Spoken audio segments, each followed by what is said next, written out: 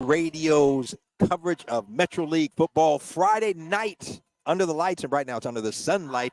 I am Rick DuPree along with the man, the myth, the legend, Edwin Bailey. He happy to be here. By way of Savannah, Georgia, and Edwin is not only the state of South Carolina Hall of Fame, but also in the Hall of Fame of South Carolina State Bulldogs. Yes. And 11-year NFL veteran. And blocking for those of you that have been around for a minute, remember the name Kurt Warner from Penn State, and one of the greats. Multiple 1,000-yard games. Yeah. I was going to ask you now, how many of the 11 seasons you were at with the Seahawks, how many of those did you have a 1,000-yard rusher? Do you recall? It had been Jordan. We didn't have one till Kurt got there. Okay. Then he got injured. Then John L. came. John L. was a 1,000-yard rusher, 1,000-yard receiver. Yeah, John L. Williams was a man. Good, man. Yeah. So those were the two best backs that I blocked for. Right. And Rainier Beach kicking it off, and Beach won the toss and they deferred, and so the kick to the Blanchet Bears, and their receiver takes it all the way up to the 25-yard line, and I believe that was number 5, Hans Horschelman. Close. Good enough. Yep. A junior wide receiver. And so the Bears will take over at the 25-yard line, and we are underway here, the first of our doubleheader here at Memorial Stadium. Again, I'm Rick DuPree along with Edwin Bailey, Daniel Bellis behind the scenes running the show, making sure that you know what's going on. You can see what's happening. You can hear us and all of that. Hey, Rick, he put it all together by himself. Yes, sir. I couldn't even plug it in. He is the man.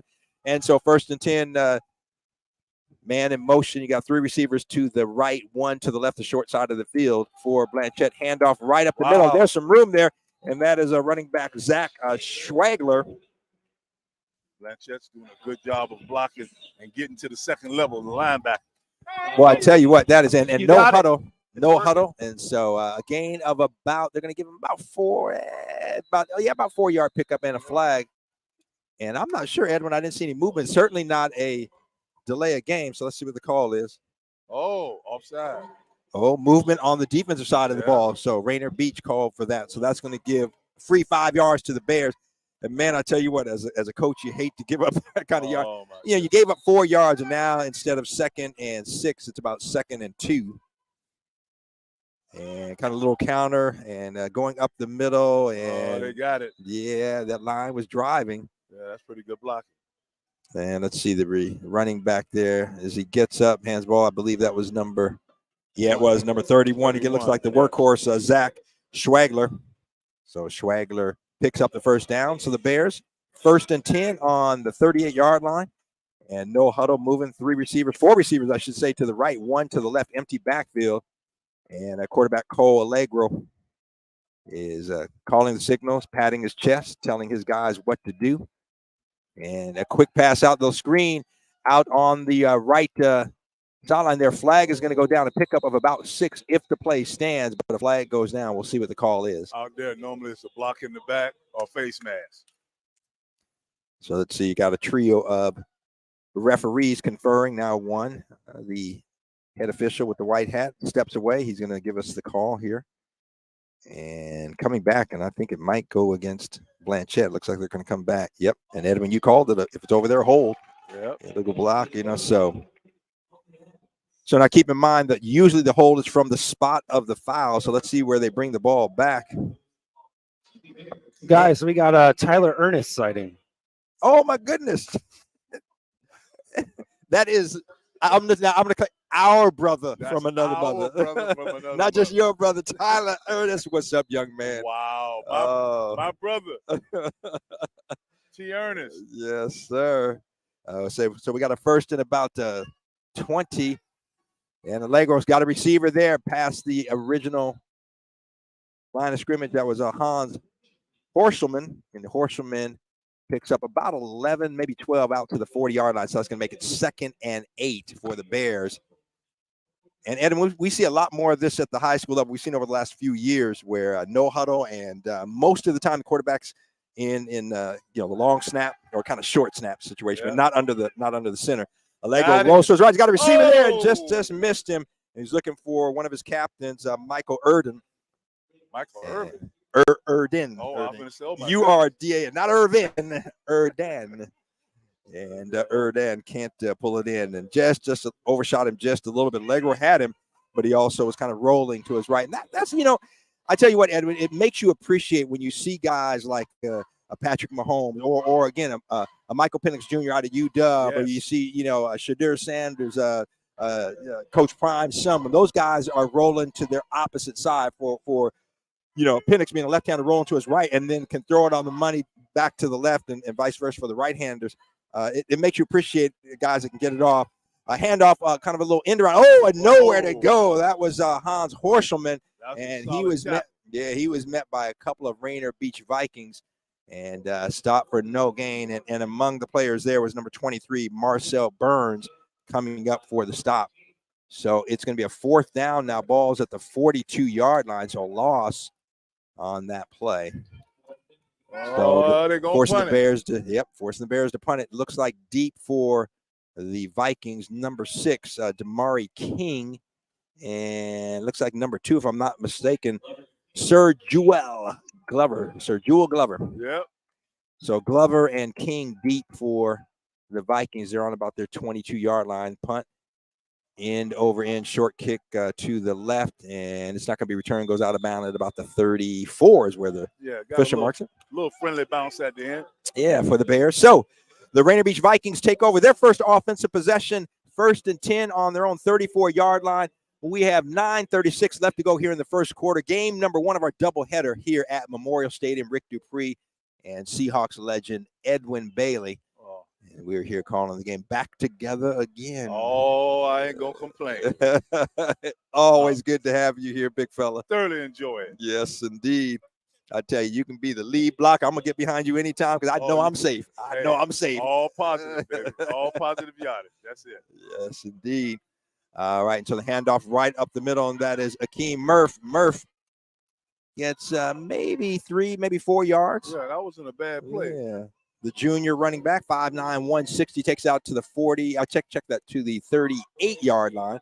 So give him a gain of 4 to be 2nd and 6 Front for the Vikings. Front side of that was pretty well blocked, so he still cut back and got 4. Yeah.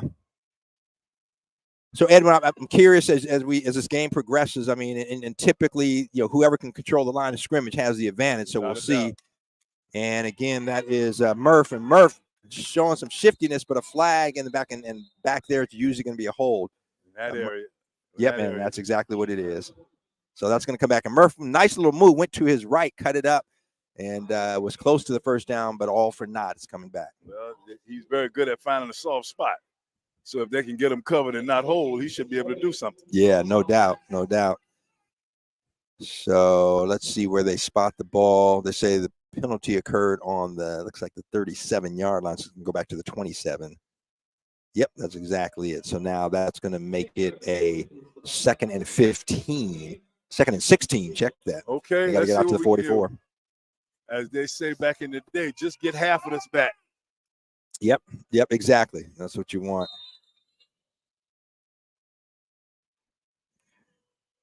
So the snap and handoff coming, kind of a little counter play, and that is number 44, Oteka Mwamba, and Mwamba gets a little bit running more east and west, looking like Rick DuPree than north and south. So they're going to give maybe a yard pickup there.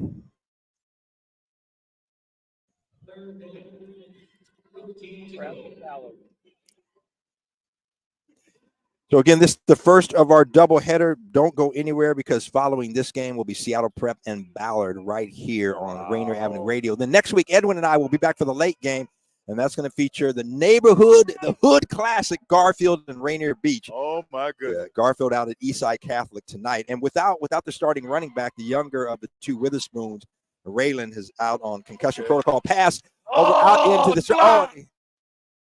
And I tell you what, and Edwin, you can comment on that in a minute, but the receiver, that was number 0, Israel Neighbors, and Neighbors got the ball, put his shoulder down, and took it out to about the 38-yard line, but still about 5-6 yards short of the first down. So that's going to make it fourth down. If his other receiver turns with intentions on blocking.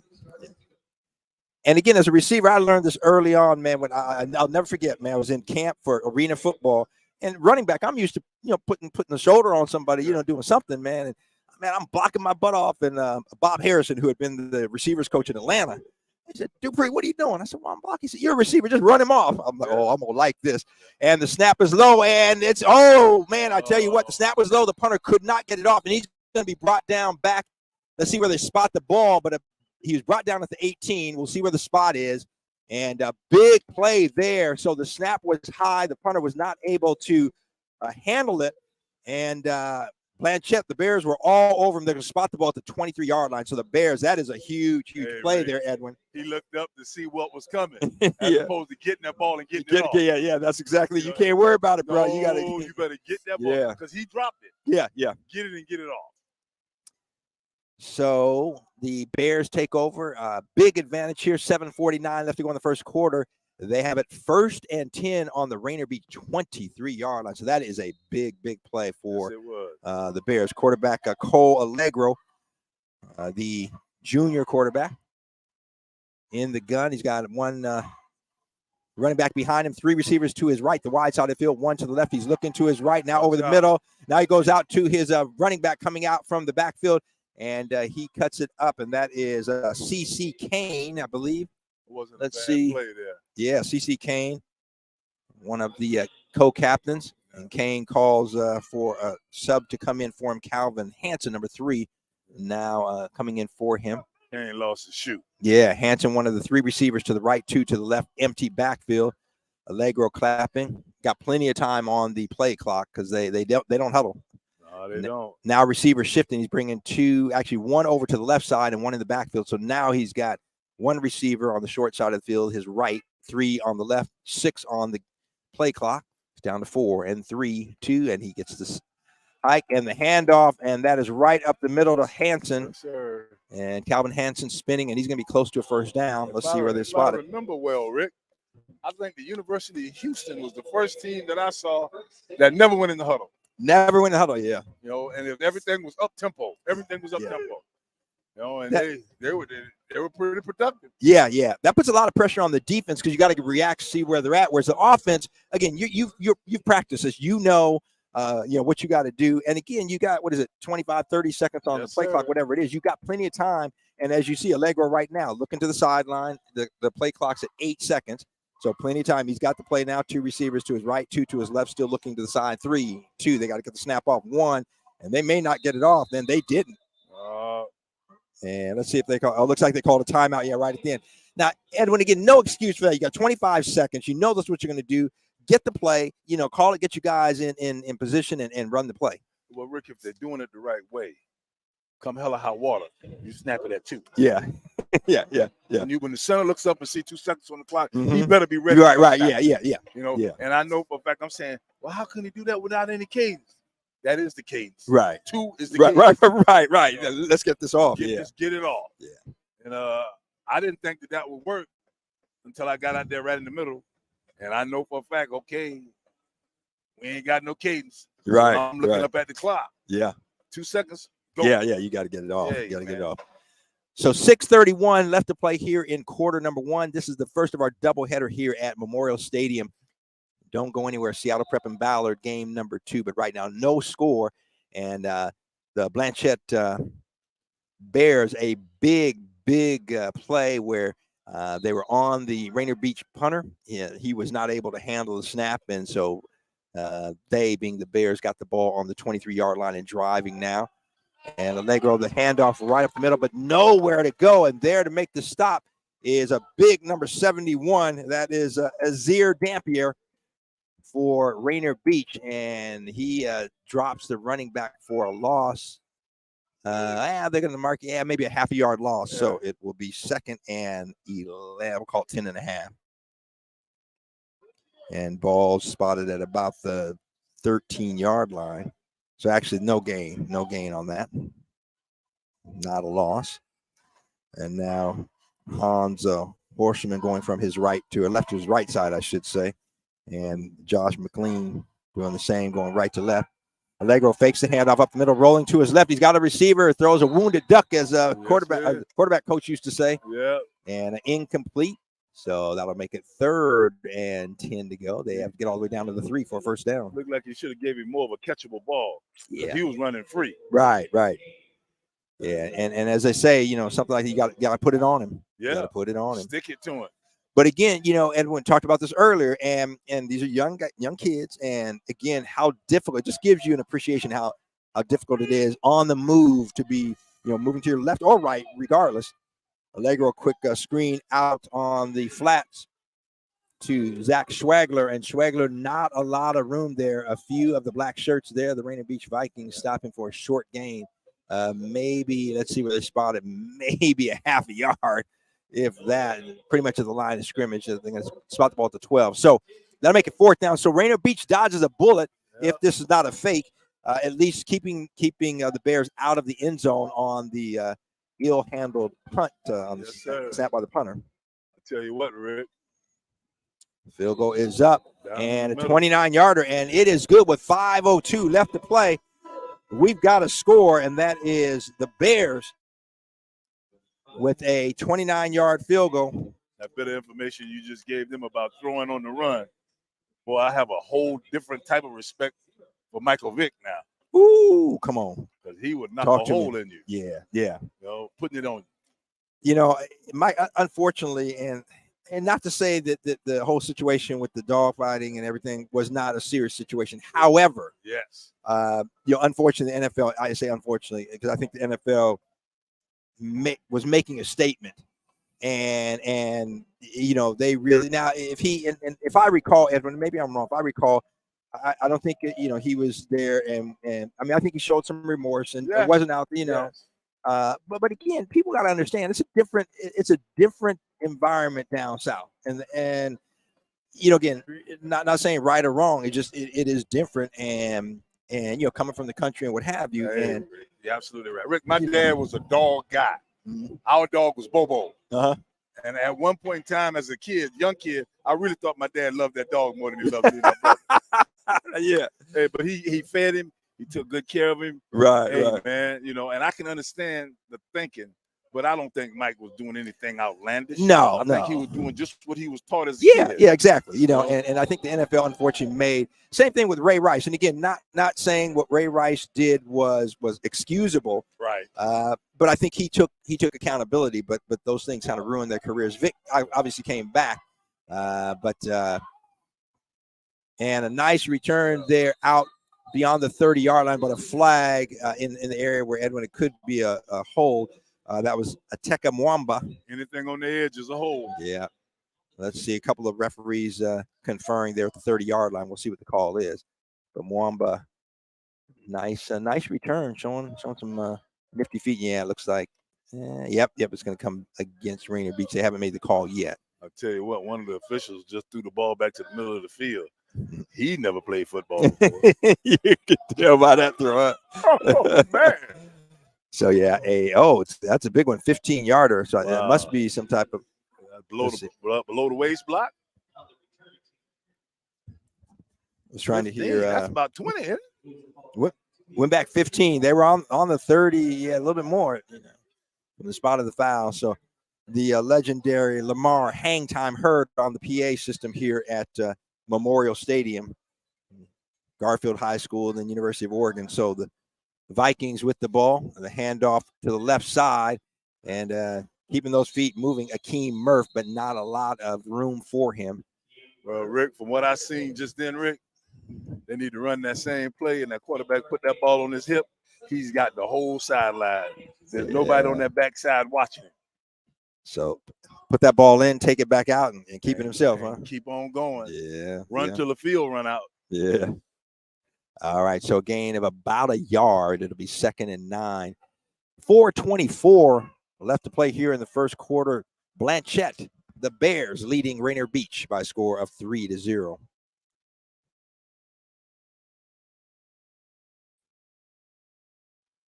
So in the gun, 4 receivers, 2 is Glover. Glover making a few guys miss, and boy, I tell you, a step or two away, but he took it out beyond the 20. One step. So a pickup of about 4 yards. So that's going to make it 3rd and 5 for the Vikings. Vikings coming into the game 1-3. Had a game that was, I guess, I don't know, it wasn't a forfeit last week, but they didn't play the game. Correct, Daniel? Was that? Yeah, there was just a game that was canceled between Beach and Lincoln last week. No one gave a reason why the game was canceled. It just never happened. Never happened. So Rainier Beach coming into the game 1-3, Blanchet 2-3. So at the midway point, of this Metro League season, and a direct snap, and that is King, Mari King, and again, not a lot of room for that Blanchet defense on that right side. They're stout.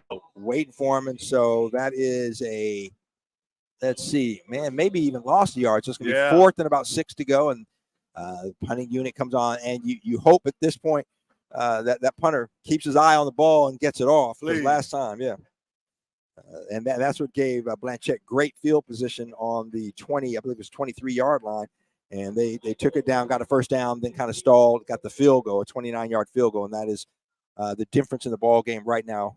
Blanchet leading Rainier Beach by a score of 3-0. As they say down south, that's right where we at now. Yes, indeed. Get it off. Snap, and the punter kind of sidesteps to his right. Not a very good kick, but gets a really good bounce. It hits down at about the 38 and then comes out to the 46 and is going to be down right there by Rainier Beach's Israel Neighbors, I believe that is, that downed it. So spotting the ball on the 46-yard line. So got about a 9-10-yard bounce off a kick that was not that great, Edwin. And no, it was not. When you talk about, difference in a ball game and special teams, Don James at University of Washington used to talk about, I mean, we spend a lot of time on special teams. That's why they call them special. Yeah. And you just got to know it. So 1st and 10 for the Bears on the Rainier Beach 46-yard line. See what the first play is going to be here, Rick. Handoff right up the middle, now coming to the left side. And coming up and making a good stop for the Rainier Beach Vikings to Mari King, the running back, going both ways. And King coming only a sophomore, and he laid a shoulder on the running back, and maybe about a yard, by the nose of the football, yard gain. So 2nd and 9 for the Bears on the 45-yard line.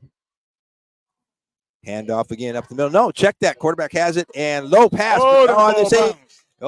what a play! I tell you what, Horschelman. Was it a lateral? Well, it looked like. I mean, no. It kind of slight going forward. So quarterback Allegro was looking for Horschelman, and he kind of put the ball in the belly of the running back, pulled it out. I thought he had handed it off, and was looking out there for Horschelman, and the pass was just a little bit low. Horschelman did a great job of almost getting it. He must be got some shortstop in him. So 5 receivers, empty backfield, 5 receivers to the right, which is the wide side of the field. And, of course, Allegro looking there. Throw it. He's got some pressure now. He's got a lot of room to run. Makes one guy miss another guy. And he got it. Yeah, Rick is close. Yeah, he is he got it. Tackled from behind, but they're going to spot the ball first down on the 35-yard line. So, tell you what, quarterback Cole Allegro making some good decisions there. And got good legs. First down for the Bears. He's got some good legs. Yes, indeed. So 4 receivers to his right, 1 to his left, empty backfield once again for the Blanchet Bears. Allegro looking to his right now, kind of a quarterback draw, breaks the tackle, and almost breaks another one. So a good play there. Rainier Beach, that was number 54, Prince Atai. I'm glad he got him, Rick, because he'd still be running. Yeah. I hope I'm pronouncing that right. Atai, maybe Atiae. Good job, Rick. Yeah, well, we try. Your English teacher will be proud. So Prince looks like a brother Donovan as well. Prince makes the stop. Short gain. Now Allegro looking to his right. He's got some room. But coming in. And a great job. And they're going to, let's say he's no. So coming up, and it was, I believe Marcel Burns had Allegro in his grasp, and Allegro strong enough to, with the tackler there, get the ball off and completes the pass, I should say, down to the 28-yard line. You got about a 3rd and 3 here, Rick. That's exactly what it is. So with 22 seconds left to go here in quarter number one, Blanchet the Bears leading the Rainier Beach Vikings by a score of 3-0. 3rd and 3 on the Beach 28-yard line for the Bears. Let me see what you're going to do. Uh-oh. Quarterback seen something. Yep. Came up and said something to his left, and there's some movement. And I don't know if the defensive side moved the ball. Let's see what they call. They can say false start on the offense. Oh, you know what? When he stepped up there, okay, so talk to him. Yeah. Do they call that? No, I don't see how, but that's the only thing I saw. All right, so that's gonna. Boy, I tell you what, as a coach, you're inside the 30-yard line, almost in the red zone. Got a 3rd and short, and then a penalty like that, Edwin. That is a drive killer. I'm telling you. Drive killer. That is the end of quarter number one. Blanchet leading Rainier Beach by a score of 3-0. We're live here at Memorial Stadium. Rick DuPree, Edwin Bailey. And I'm going to throw it to Daniel B. He can give you a little update on some of the other games coming up. And just remember, don't go anywhere because game number 2 here at Memorial Stadium, Seattle Prep and Ballard. Daniel, what else is going on this evening? That is the following game at 7:45. But let's take a look at these standings and see what this game means and like the entire year is concerned. O'Day and Garfield, they've definitely clinched their berths for the state round of 32. They can rest for a week after the regular season. Eastside Catholic tonight, if they beat Garfield, they'll get they'll clinch their berth. Also, the same thing happens if Seattle Prep loses tonight versus Ballard. As far as Beach is concerned, because they played one less game, they're actually in 4th place right now. Everybody else that they're Ballard, Prep, and Blanchet, they're at 1 and 3. They're actually in 5th place. The big important thing about 4th place is only 4 teams get byes to the round of 32. So between Beach, Ballard, Prep, and Blanchet, who we're all seeing tonight, one of those teams is going to get a bye. And then, and is Metro taking, is it 6 teams? And so the others will have to play in, is that correct? Yes. So the other teams on that, on the other side of that 5th, 6th, 7th, and 8th place, they will have to play one play-in game, and then they'll play the top 2 of the Sound. So there you have it. Thank you, Daniel. Quarter number 2 beginning here. Rainier Beach trailing by a score of 3-0. Blanchet, the Braves, the Bears have a 3rd you gonna get a telephone call about that. Forgive me. Come on, you're supposed to have my back, baby. All right, I'm gonna be watching. I'm see if they're coming. All right, go. Allegro has a receiver open on the left side and still on his feet and right around the 30-yard line. Drop down. That is Hans Horschelman. And so a good game, but still about 3 yards short, maybe 2 yards short of the first down. They're marking it at the 28-yard line. They got to get down to about the 26. So 4th and just under 3 yards to go, and Blanchet going for it. And Allegro, look, he watches backside, and he throws it up for the receiver. Oh, and he had his running back, and running back, he is not pleased with himself. That was number 31, Jack Schwagler. And it's just a little screen pass, and Schwagler had it in his hands and could not bring it in. I think he might have been a little worried about what defender was out there. Heard the footsteps, huh? Footsteps. Yeah. He was scared to death. It might be Jack Tatum out there. Woo-wee. So you going to the hospital.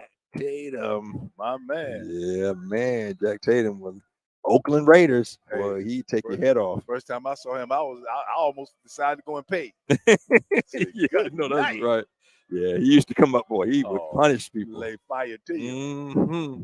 That was back in the day where they allowed a lot more than they do today. Sir. All right, Rainier Beach pitch out to the right. And that is Keem Murph. Murph has got some speed, some space, and Murph breaks a couple of tackles, but there's a flag back at about 3-4 yards behind the line of scrimmage, so that's going to come back off the edge. Area where they call the hold, illegal block. Let's see what we got. Offense like. Okay, we got 4. It looks like 4. Is that all 4 of the referees or 4 of the 5? Huddled on the sideline there in front of Blanchet, and they are discussing now. Now the head ref comes out, the one with the white hat, and let's see what the call is.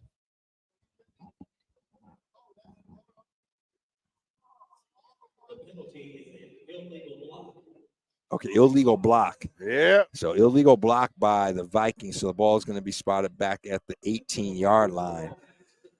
So now that's going to make it 1st and 20. So you had a first or close to the first on that first down run, but all for naught. And coming back, run your best play action pass. Oh, now the game clock. he just winding the game clock. Yep. Why did he do that? Why would he blow the whistle like Right, that? right.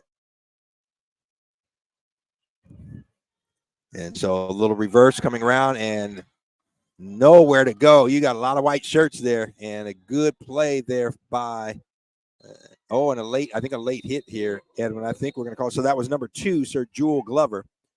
Is that? And let's see. Is that on defense? I think so. I think of maybe a late hit. Let's see what they.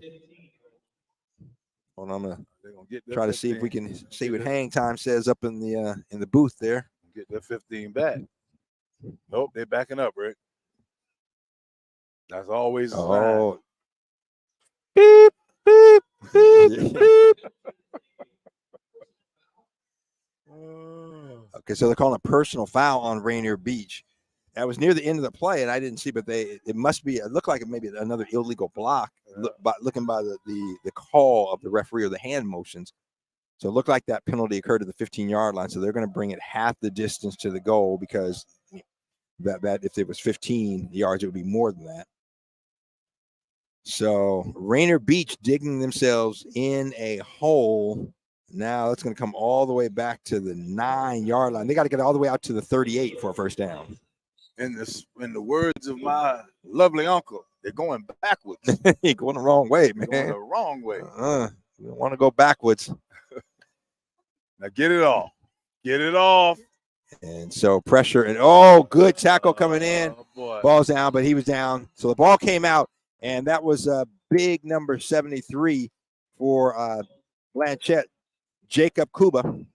And Cuba making the sack back. They're going to lose a couple more yards back. Now the ball spotted at the 7-yard line. So there was nowhere for Rainier Beach to go on at the quarterback ball, nowhere to go. Hey, Rick, I just got another message from a wonderful young man sitting next to me. We got another shout out from Tyler Ernest. All right. My brother. From a different mother. So 2nd and a mile to go. I'm not even going to count it up. And now Rainier Beach, they were at jeopardy of getting a delay of game penalty. They call timeout. And trust me, head coach Corey Sampson, who demands some action. You were there with him. He's not happy. He's not happy. Sir, not happy at all. There's a little bit of fire going on. Yeah. You see his hands moving. Yeah. Oh, he's putting his foot up there. Yes, sir. Oh, now one kid walking off. Now snatched his helmet off. He must have been told, get your behind on the bench. Off the field. Number 13, Xavier Watkins. Boy. Over there somewhere and sit down. Yeah. I tell you what, Corey Sampson must have directed some of that fire at him. Yes, sir. Because he snatched his helmet off and walked off on the sideline. Yes, and you better not do that. If coach talking to you and you just come off, coach had to have told him to go.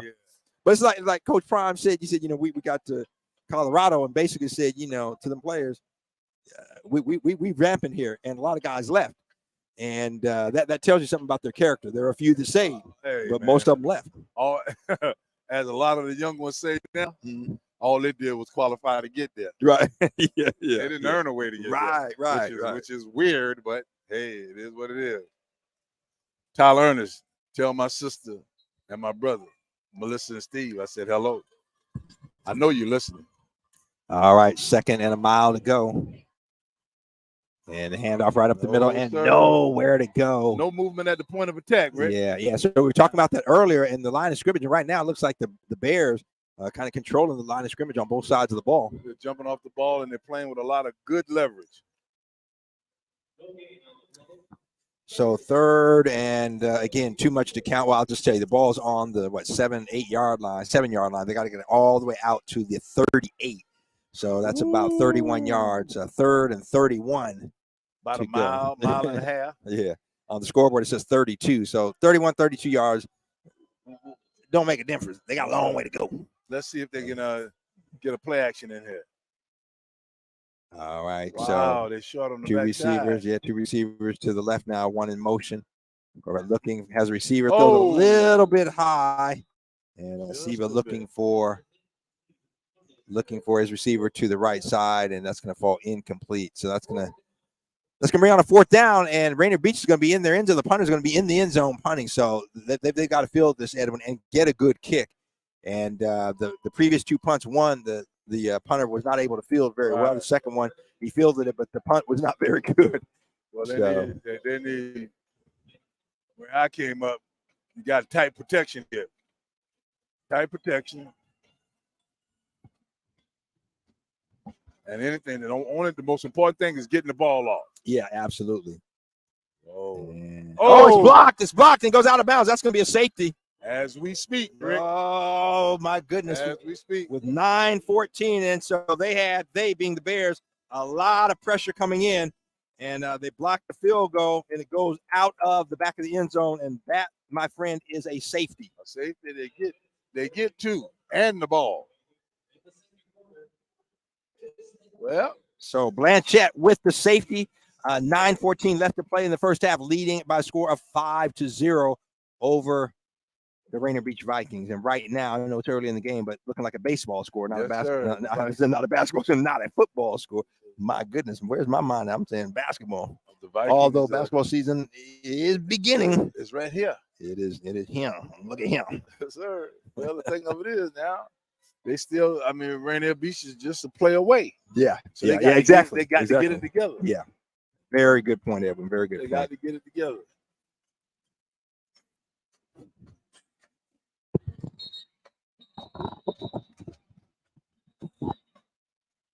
Getting a little bit of this hot tea, Edwin. Make sure that voice. Do I need to move over closer to Edwin? Or you're getting old, Rick. You're drinking hot tea. You're getting old, man. Let me tell you something. I realized, I learned this from Bull Stewart. I call his, I do PA announcer for his powerlifting meets, and several years ago, out at Alki Beach, and one year decided to do kind of a morning and an afternoon session. Yeah. The afternoon, man, we were there. It was about midnight.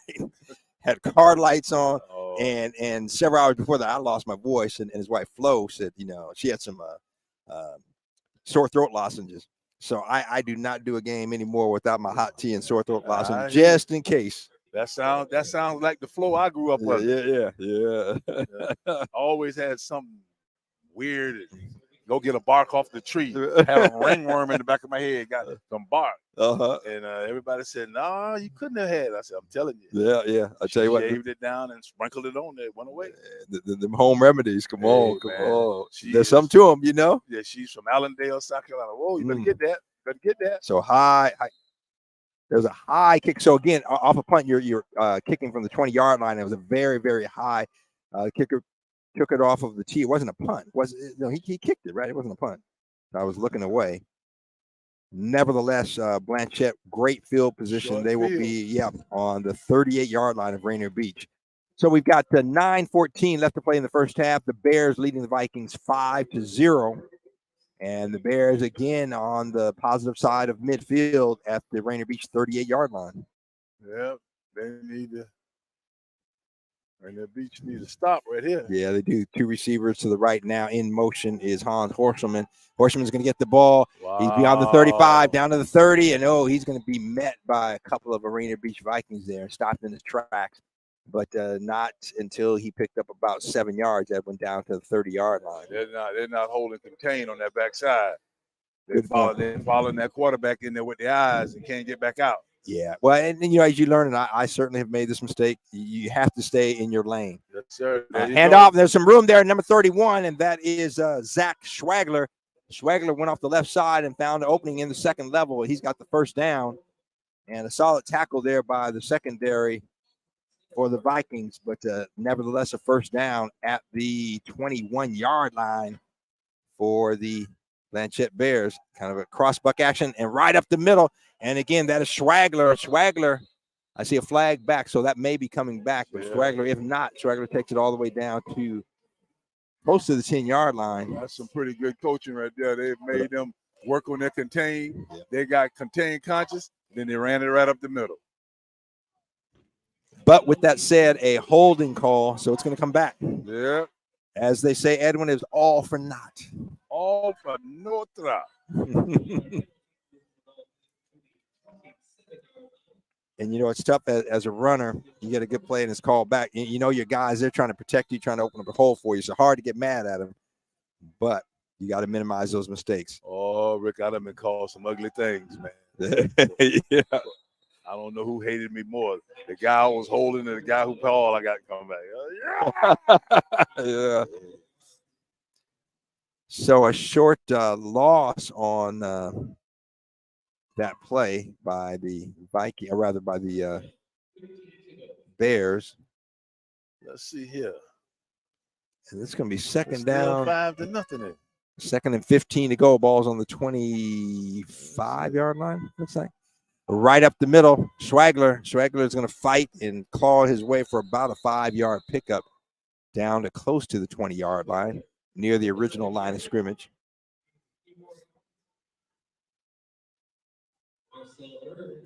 So the clock is running. 7:30 left to go here in the first half. Third down. Bishop Blanchet, yes, Bishop Blanchet. The Bears leading 5-0. And offside, yeah, some movement there. And I think once you move, regardless, number 71, Azir Dampier, a little bit anxious and comes across the line of scrimmage. So that'll give the Bears a free 5 yards. Yeah. Again, nothing you hate more as a coach, Edwin. You've coached, you know, when you got a team backed up. You got a team backed up, and there's a silly, mistake, silly penalty like that. Lack of concentration. Yeah, you have to cut those mistakes. So a little screen pass out to, and there, I think that may be either holding or a face mask, one or the other. Let's see what they call. But the quick pass out to J.J. Kane, he is brought down at about the 13-yard line. But once again, the officials conferring, and I think it might be a face mask, but we shall see. Maybe not, because Rainier Beach is indicating it's against Blanchet. We'll see what they say.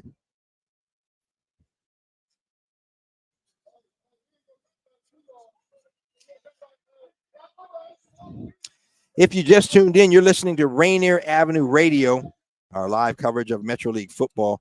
And keep in mind, Ace Academy's second annual Night of Excellence, the Masquerade Gala, is a spectacular event dedicated to celebrating the empowerment of young African-American men in education, health, and college and career exploration. With a live DJ and a 360 photo experience, attendees are sure to have an unforgettable evening, Edwin. And the gala, I've heard both. So I said gala first. We'll call it gala this time. Gala. You said gala. That means you're a Geechee from South Carolina. All right. I will say it proudly. This gala provides opportunities for everyone to be generous as it accommodates various budget levels. In other words, you can give $10 or $10,000. The event will take place Saturday, October 21st at the stunning Fairmont Olympic Hotel in downtown Seattle. And Allegro looking, he's got a receiver. Oh, and high, and it's picked off. And tell you what, we got some running room there, and on his feet still, I believe that is Damari King. Yeah. So Allegro had a receiver, but just overthrew him. So a big play there for the Vikings to stop, or I should say, let me give you one of those, fam. You were to thwart the the drive by the Bears. And so I see you got out of English 100. Yeah, yeah, that's that, fam. You education. Ain't nothing wrong with it. Come on now, the Rattlers. Hey, Rick. Yeah. I woke up this morning and my godson had his Halloween outfit on. Almost gave me a stroke. Oh no! I was like, what in the world? I said, boy, you're gonna get punched in the head. He how old? 5. No, I'm sorry, 6. Yeah, I thought he was 6 now. Yeah. Before all, he was 5.5. Yeah. So the handoff up the middle on the left side, I should say, Damari King maybe gets. Let's see what they spotted. They're going to give him. Now they're not going to give him anything. Back to the line of scrimmage, so it'll be 2nd and 10. Yes, indeed. And again, we are live here at Memorial Stadium looking at the, it's Mopop. I guess they call it Mopop now, right? Mopop got a glare coming off of his head. Yeah, doesn't it? Yeah. So Paul Allen, I mean, one of the things I loved about Paul Allen, just a guy who did so many different things and just innovative and what have you. One of his, he was a big Jimi Hendrix fan and created that. Oh, a lot of pressure. And we're going to have a sack way back at about the 15-yard line. Nowhere for Siva to go, and he is sacked.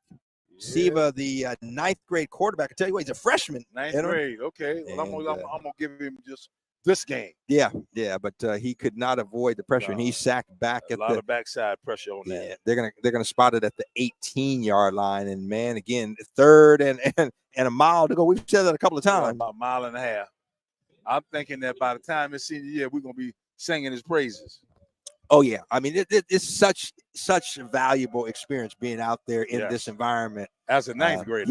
Yeah. So Siva's got 4 receivers to his right, and they call the timeout. Yeah, because the play clock was getting ready to go down. Again, Edwin, I'm attributing that to the coach. You gotta drill this into the kids. But you gotta have the play as soon as the play is done. If you're not huddling, you got to have the play to the quarterback or to the receiver. Whoever it is gets the play, and they got to call it and get going. Well, you got 25 seconds. This is what I heard.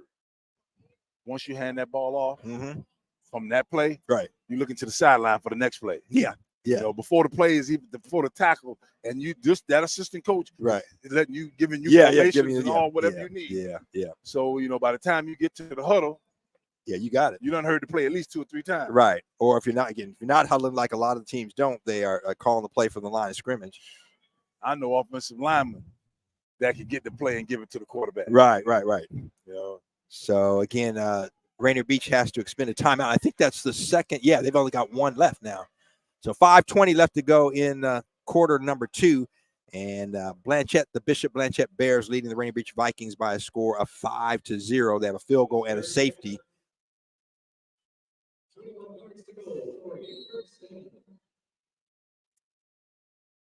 Let's see what he's going to do. The Vikings, and a quick out to receiver. That is number 4. I'll tell you what, Oteka Mwamba. Got a face mask.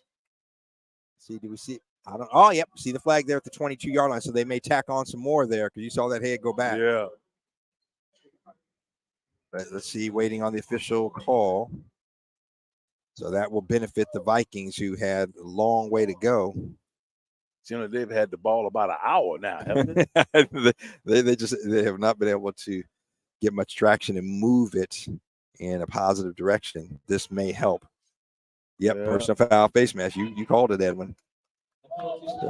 And I don't think that's an automatic first down, but because of where it occurred, it was inside 10 yards, and that's a 10-yard penalty. So they'll mark it off, and actually that you might have gone 15 on that.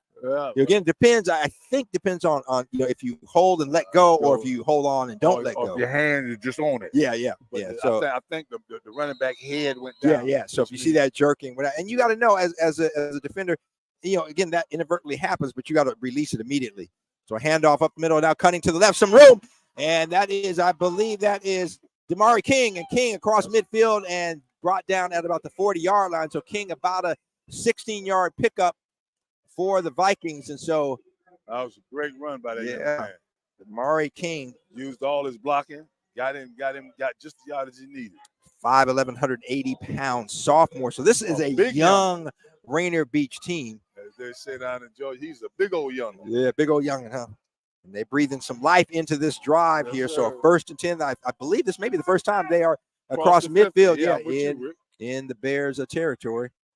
And the pitch. You can go. Go. Again, that is King. And there's a flag in the backfield. And King breaking tackles. And, boy, he had a first down, but that's going to come back. Oh, my goodness. And again, Edwin, that was behind the play. He was already there. And that's something that, you have to drill into your guys. I know you're trying to make a play, but you got to know, you got to feel that he's past you. Let it go. Let it go. It's across the other side of the field. Let it go, because it's not going to impact the play. And then if it don't happen on the initial contact, don't do it. Right. I mean, the thing is okay, you missed the block, and don't compound making it worse by holding or whatever the case may be. And he may go back and make the tackle, but he may not.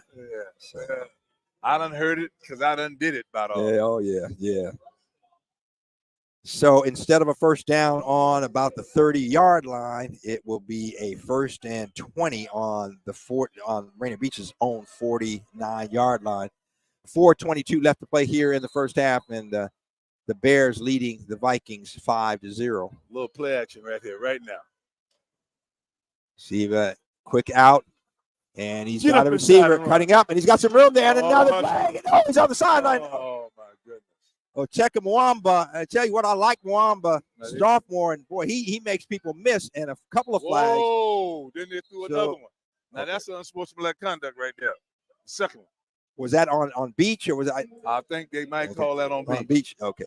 So there's two penalties. There's a flag at the 45-yard line, and from what we saw, likely a hold. And then after the play, another. So the four of the five officials, now the fifth one coming over, are at the 35-yard line, and they're discussing what happened. So we will give that to you in just a moment. In the meantime, I want to remind you, don't go anywhere. Seattle Prep and Ballard, the Vikings are marching it backward, Edwin, a long way. And while we're in this timeout, I just want to remind you, even if you've had COVID before or gotten previous COVID boosters, I should say, it's important to get this new COVID vaccine. It's safe to get the flu shot and the COVID shot at the same time. I'm going to get both, but I ain't doing them at the same time, brother. Let me tell you that. Rick, they say it's safe now, but 20 years from now, we're going to sit in there with a horn coming out the side of our head. Oh, not yet. Well, that came from that Right. So get both the flu shot and the COVID vaccine to prevent serious illness this fall and winter. Find a vaccination site near you, www.kingcounty.gov /vaccines, VACCINES. So the official's still conferring at the 35-yard line, Edwin. So Rick, that's something about that. Second. Yeah. You got the first call, and then you get the second call. So my thought is that second call may be against the Bears. We'll see. It's got to be. Yeah. Because it'd be simple if it was on the Vikings. So, okay. Here, officials breaking out. Let's see.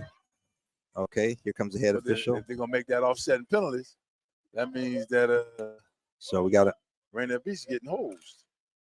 Okay, he's talking to the Rainier. So a personal foul, face mask on Blanchet. Okay, so that was at the end of the play.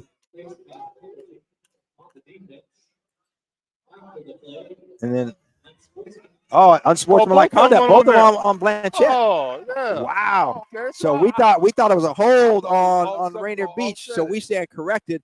A face mask and an unsportsmanlike conduct. So two flags on the Bears. And I tell you what, Rainier Beach now with 4:07 left to play here in the first half. They are in striking distance in the best position they have been in so far. The ball's going to be spotted. The official still marking off some yards. Yeah. Down to the 15, 14, 13, 12, 11. Well, 12-yard line. My college coach said now is a good time. Yeah. Because they should be a little upset and mad. Yeah. So play action passing. And like my man Heathcliff Huxtable should deep lead. Woo-wee. Okay. Quarterback James Steva got a receiver or running back, and the quick pass out to what a tackle. Man, a great play coming up, reading it all the way was number 4, Owen Prinz. And Prinz stops Mwamba for about a yard loss. So not a big loss, but I tell you what, he sniffed that one out big time. Yeah, it was expecting 6 to get out there and kick him out. He got out there, but he just couldn't get his hands on couldn't get to him, So it'll be 2nd and 11. Rainier Beach has got to get down to about the 2-yard line. They can't get a first down. It's not goal yet. Yeah. So Siva with 2 receivers to his right, 1 to his left. Running back behind him, that is Damari King. And the handoff to King right up the middle. King's got a big hole inside the 5, down to about the 4-yard line, maybe the 3. Woo! The Vikings on the move here. So they're going to spot it at the 4-yard line. So it'll be 2nd and 2. Oh, check that. Will be 33rd. Forgive me, 3rd. 3rd and 2 to go. They've got to get the first down. Got to get to the 2-yard line for first down. That same play again, Rick. Yeah, he hit that hole. I tell you what. Sir. Same lineup. They may be running the same play. Let's see if they found something. Yep, handoff right there. King dances his way, and he's going to be touchdown. Yes, sir. 2:48 left. King with the 4-yard touchdown run. I haven't just been hanging around football all these years. Yeah. Most of my coaches say if it worked good the first time, run it again. Yeah, and they sure did that time. That's the words of the legendary Joe Turner. JT. Yes, sir. So I tell you, that drive aided by some penalties. Rainier Beach got some breaks there. The Vikings punch it in. Damari King, a 4-yard touchdown run, kind of picked his spots and just kind of danced his way in. So now the ball set on there. I should say the tee set on the 10-yard line. So it'll be a 20-yard extra point try for the left-footed kicker. And the left-footed kicker. Quarterback James Seaver had to move to the other side, and that's going to be blocked. They just didn't get it off. It didn't have a chance. He's taking 3-4 steps to get to the ball. Yeah. And by the time he got there, yeah, exactly. The Bears were there waiting for him. Said, what you gonna do? Well, hey, welcome him. You gonna kick it or what? Right. So with 2:47 left to go here in the first half, Rainier Beach strikes. Gets in the end zone, the first team to put 6 on the board, and they lead it by a score of 6-5. The 2 scores for Blanchet, a field goal and a safety. Oh, boy. So, again, Edwin, I'll go back and the read I was reading earlier. Ace Academy has their 2nd annual Night of Excellence Masquerade Gala. Again, a spectacular event, and that is coming up on Saturday, October 21st at the stunning Fairmont Olympic Hotel in downtown Seattle. Doors open at 5:30. Reserve your seat now. You can go to their website, aceacademywa.org. Monday, October 9th is the last day to register for this grand event. So that's right around the corner. If you want to register, go ahead and go online and get that taken care of. Man, Rick, I'm missing a couple of suits, man. I don't know what's going on. I got 2 seersucker suits that's missing. Uh-oh. I don't know. I don't know. Wait. My wife, I'm going to go to the neighborhood. I see somebody with my suit on. They're going to be in trouble. Well, I mean, there's only a limited amount of people to get something that size there. Come on. You know what that reminds me of? Remember Coming to America when they got there and the bags got stolen and Simi was played by Arsenio. He was upset, and Akeem, but Eddie Murphy's character, don't worry about this. See people walking around in their stuff. And so kick return, a nice return out beyond the 30-yard line. That is Calvin Hansen for the Bears. Spins and is brought down at about the 33-yard line, I believe is where they can spot it.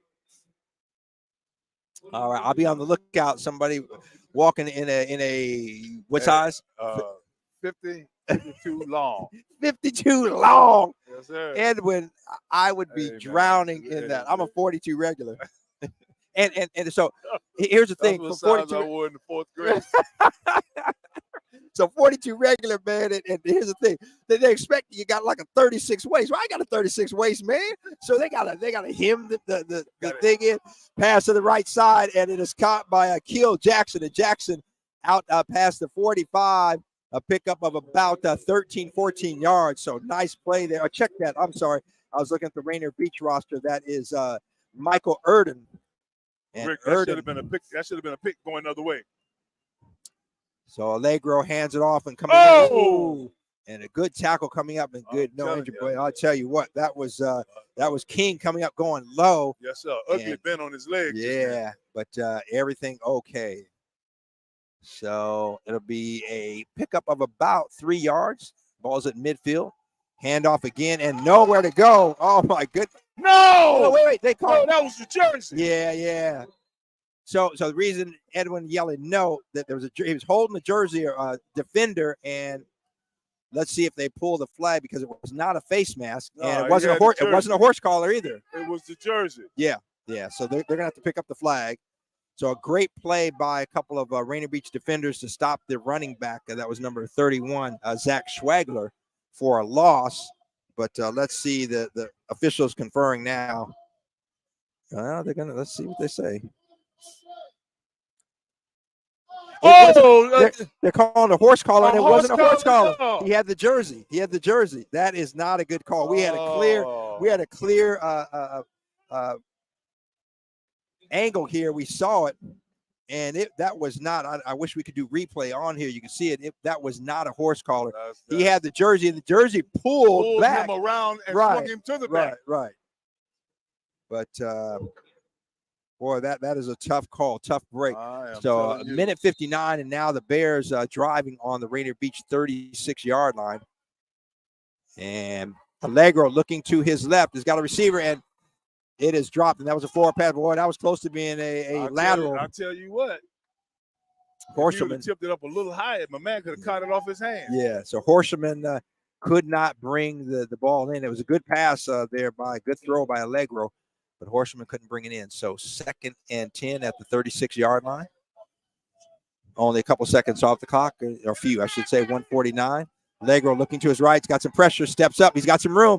He's on the run down to the 30, and he's going to go down and coming up. Yeah, he felt it. He heard the footsteps. That was number 21, Cassius Culpepper.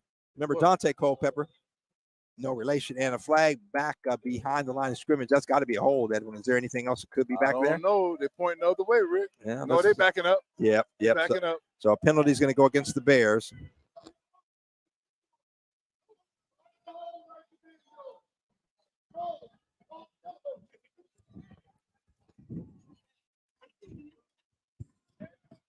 And the call. Someone's father is quite vocal. Got a papa in the house. Yeah. Didn't do his child wrong. So the call is going to be the official hold on the Bears. So that's decline. And actually not, and then a personal foul. Block below the chop block, which is illegal back in the day, man. I mean, the size I am, Edwin, that's all I was going for. I was going for guy's calf. I wasn't going for the knee. I was going for a low. Either the calf or the thigh. I hear you. But so that penalty is going to take the Bears back to their own 49-yard line. So they were across midfield, but now back. So it is 2nd and long to go. They've got about 24, 25 yards to go. So 2nd and 25. Ball's at midfield. Some movement there on the whistle. And now they're going to throw the flag. Okay. So there's some movement by one of the defensive linemen on Rainier Beach. So just make the call, give them the 5 yards, and let's go. There's nothing to discuss. But don't they? Or pick up the flag. As a defense, don't you have the opportunity to get back? Okay, they're waving the flag off. Yeah, they're flag off. Yeah. Because, I mean, it was just as he blew the whistle, the player moved, and then he got back. Yeah. So good decision there to wave it off. So now the clock is going. 1:30 left to go here in the first half. And Allegro now rolling to his left. He's got a receiver, and he's going to tuck and run. He's across midfield to the 45, and he's going to be run out of bounds at the 44-yard line. So a pickup of about 7 yards there for Allegro. And out of bounds, don't have to use, they have 2 timeouts left, so not having to use those. Those defensive ends got to keep contained. Yep. So, again, want to remind you, don't go anywhere because this is only the first of our doubleheader. Seattle Prep and Ballard next. Allegro rolling to his right. He's got a receiver right over the middle. That's number 11, Michael Erden. Erden going to his left and makes good moves, but then is brought down by Israel Neighbors. Neighbors going low and bringing him down, stopping him well short of the first down. Clock is still, they stopped the clock. Because another flag. And I believe it's going to be a hold because it's way back in the backfield. Yeah, that's something seen. Yeah, it's getting a little bit sloppy here. Yep, hold on. See it from way back there. Yeah. Tyler Ernest, how about call my wife and tell her that I'm hungry? I need something to eat. I need you to look out for me, Tyler. I'm hungry. Either call my wife or tell your mom, my sister, that they got to feed me. Now, if I want to recall those of you listening here on Rainier Avenue Radio, the first high school game we did here, and we were up in the press box. Yes. And I believe Ballard was playing, and Edwin on the air makes the statement to him, because we were doing a doubleheader. Man, Tony got us, we need some food up in here. And I tell you what, some of the parents from Ballard brought some food up. Great people. And I'm looking like, wait a minute. And Edwin, you said, well, closed mouth don't get fed. Hey, man. I'm from the South. Man. Knock on the door and say, hey, miss, I'm hungry. Right. Go out there and get a chicken out of the coop. Right. You're not hungry. You hungry. Brother, hungry. Come on up in this joint. Come on in. All right. We got a timeout on the field, Blanchet. So with 38 seconds left to play, it's going to be 4th and about 12. And the Bears are on the 40. Check that, the 38-yard line. Have to get down to the 26-yard line for a first down. So about 12 to go. And Rainier Beach with that late score. made a nice drive and aided by a couple penalties. They missed the extra point, but they lead it by a score of 6-5. So I hope you're enjoying our coverage of Metro League football right here on Rainier Avenue South. Rainier Avenue South. Good Lord. My goodness. It is Rainier Avenue Radio. Yes, sir. Woo. Tony gonna say, Duke, what's going on? Well, he gonna be Slick Rick. Oh, Slick Rick, what's going on up in here? What's going on now? We having a good time here, and this is tea, not Spike tea in my thermos. I think it's Spike. Well, you know I don't drink, so if it was Spike, we'd be in trouble. We'd be in big trouble. All right, so Blanchet gonna punt it away, and almost blocked, but gets it off high, and it hits down, and it's gonna go into the end zone and out. So Rainier Beach will have about 30 seconds left, and I tell you what, Edwin, it's a close game. I'm trying to get 6. I'm sending somebody deep and seeing if I can put some points on the board. D and somebody running under. Yeah, because you got the speed here. Yes, to clear out. And then get a little drag pattern across yeah, let's see what they do. See if we can stir up a little something. That's what I'm doing. Well, that's a big old kid right there. What number? Well, now you know I can't see that far, Rick. you got the binoculars. Binoculars. Thank you, man. And they're sitting on the table. Right. You're supposed to be the eyes tonight. Yes, sir. That is Edwin Bailey, ladies and gentlemen. If you are a Seahawks fan but haven't followed, you're a little bit younger, maybe not remembering back in the 80s, but Edwin Bailey, all kidding aside, one of the greatest, if not the greatest, offensive lineman in Seahawks history. I ain't got no money, Rick. I'm telling the truth now. But Edwin coming from South Carolina State, just to give you some perspective. So Edwin's senior year, there were 5 players off the South Carolina State team that he played for under the legendary coach Willie Jeffries. We had Willie Jeffries on a show a couple years ago. It was couple or 2 years ago. But Edwin coming out there, 5 players off of that team drafted in the NFL. And within 3 years, Charlie Brown, William Judson, myself, all had played for the Super Bowl. That's something. And we've had years now where there's not been a single player drafted from the HBCU. Oh, and a great, tell you what, rush by Blanchet. I'm trying to see the number of the player came in, and boy, I believe number 48, I think it is. Like he came off the edge, Rick. Man, and that was Caden Arms, if I'm not mistaken. If I'm 18 or 48. I think it was 48, yeah, and he came in and with the sack. Oh, man. Great play there. So with 5 seconds forward, that's going to be it. They're not going to get another playoff. So that's going to do it for one half of play here at Memorial Stadium in game 1 of our doubleheader. Rainier Beach, Blanchet, the Vikings leading the Bears by a score of 6-5.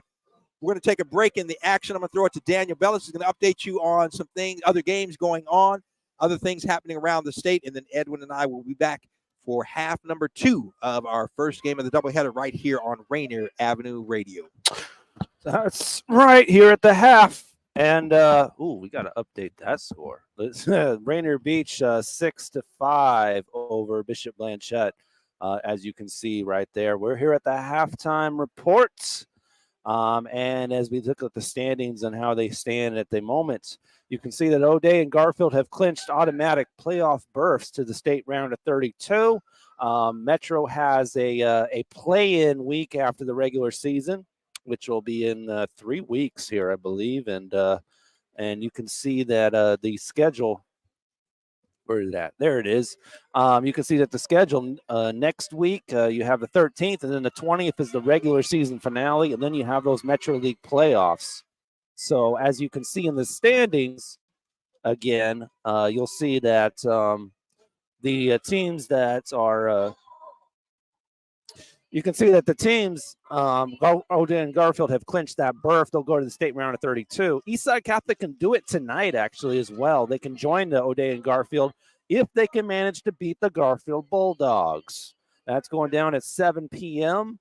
at Eastside Catholic. So one of those teams will make it. Of course, I believe it is homecoming for the Rainier Beach Vikings at the moment. And apparently our camera's off at the moment, so we can't show you those things.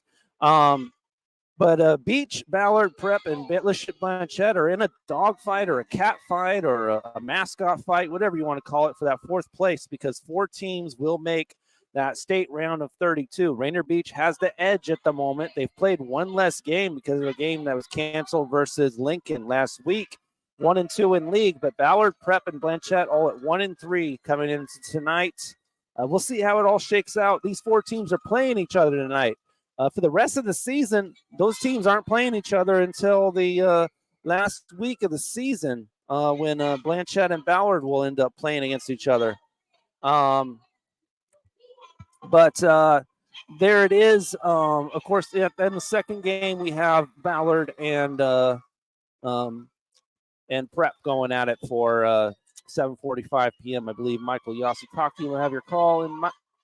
He'll have your He'll have your color commentary, and Michael Lloyd will have your play-by-play right there. So back to the standings, if you will. Those 4 teams on the right finish 5th, 6th, 7th, and 8th. They will have a play-in game, and that'll include the top 2 of the Sound. So you got 6 teams that'll be playing for 3 spots. And winners of those 3 games will make the round of state and join the top 4 of Mountain. Those 2 teams in the Sound will more than likely be Roosevelt and Ingram, as tonight they come in undefeated in the league, 4-1 on the season. They actually are tangling tomorrow, so that game will more than likely decide who wins the Sound division for 2023. That is tomorrow at 2 p.m. between Ingram and Roosevelt. In third place, you can see West Seattle, who will be playing against winless Lakeside at 7 p.m. And Chief Self there in fourth place, still eligible for making one of those top 2s.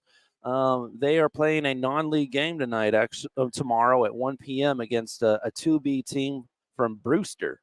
That's in central Washington, up there in the north, actually, around Wenatchee. And that'll be it's a game that actually got rescheduled because they were originally supposed to play Cleveland, which, if you don't know by now, has disbanded their varsity team for the remainder of the season. Only JV games for the Cleveland Eagles for football for the remainder of the season. Nathan Hale still eligible to possibly make that those top 2 spots and make those play-in games. But if they lose one more game, they're out of it. They play Franklin tonight, a winless team. They play Franklin tomorrow at 5 p.m. And I believe that's at Memorial Stadium. And the Ingram Roosevelt game as well at Memorial Stadium as well. We will not be covering those games, but they are happening. So the Sound will more than likely get a little shook around a little bit tomorrow. And we're going to go ahead and take a quick little look at the top 20. And as you can see there on your screen in the top 20 action. Can we just blow that up a little bit more? Okay, there we go. That looks a little bit better. So you can see in your top 20 of action, number 1, O'Day, who is undefeated, is playing winless Lincoln Seattle. That's kicking off in about 45 minutes. Number 2, Yelm, is at Capital. An interesting game because Capital coming in at 3-2. That's happening tomorrow, actually, at 7. Of course, we mentioned Garfield Eastside Catholic. Pretty big game right there for these 2 squads that could have some good playoff seeding implications on who moves up and down in the rankings. Eastside Catholic, of course, lost to O'Day by a couple of touchdowns last week. So they, if they need momentum, it's right now. And the Garfield Bulldogs, they got to put them back. Number 4, Arlington is hosting number 10, Marysville Pilchuck. Another game at 7 p.m. A good game for the Westco, definitely. In number 5, Kennewick will be playing 4A team Richland, also at 7 in the King Co. Number 6, Bellevue is hosting undefeated Juanita. A big surprise this season up there in King Co. That's starting at 7. Also in action up there in the Westco, number 8, Ferndale is at Marysville Getchell. And Last night, Gig Harbor, a dominating, pounding win against winless River Ridge, 59-12. Number 12, Monroe, undefeated, going at Shorewood tonight at 7 up there in the Westco. Mountain View at number 13 is hosting Prairie, 1-3 Prairie at 7. Lincoln of Tacoma at number 14 will be at Stadium tonight up there, down there in the Pierce County League. Number 15 Ridgeline will be at Cheney, also at 7. And number 17 Timberline at North Thurston, that going down to 7 as well. Mount Tahoma will be at number 20 Bonnie Lake, that happening at 7. Again, they're in your non-ranked metro teams. You can see that West Seattle is at Lakeside tonight at 7. Of course, our second game here on Rainier Ave, Prep and Ballard at 7:45. And then you have Saturday games with Chief Self at a non-league game, 2B from Brewster at 1 p.m. tomorrow. Ingram and Roosevelt in a game that will more than likely decide the Sound Division, going down at 2 p.m. Nathan Hill and Franklin will be at 5 p.m. with a couple of teams trying to get themselves out of the cellar, if you will. We will be back on your community radio station, Rainier Avenue Radio. But before we go to our commercial break, we do want to remind you that even if you've had your COVID before or even previous COVID booster shots, it's important to get this new COVID vaccine. It's safe to get the flu shot and the COVID shot at the same time. Get both to prevent serious illness this fall and winter. Find a vaccination site near you.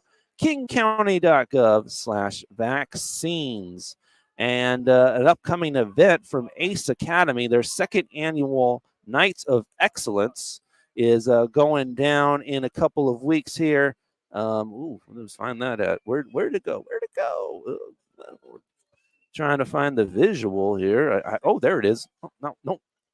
There it is. Night of Excellence Masquerade Gala is a spectacular event dedicated to celebrating the empowerment of young African-American men in education, health, and college and career exploration with a live DJ and a 360 photo experience.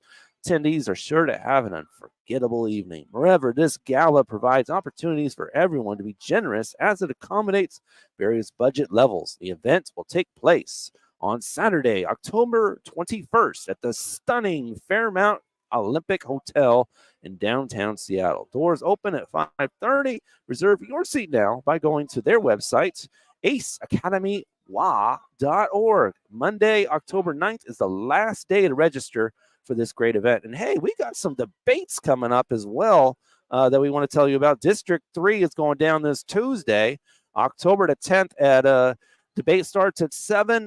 This will be a simulcast with all the partners, Q13, Cairo, and as well as King 5 will all broadcast, including Rainier Ave. But an exclusive Rainier Avenue Radio pre-debate show will be at 6 p.m.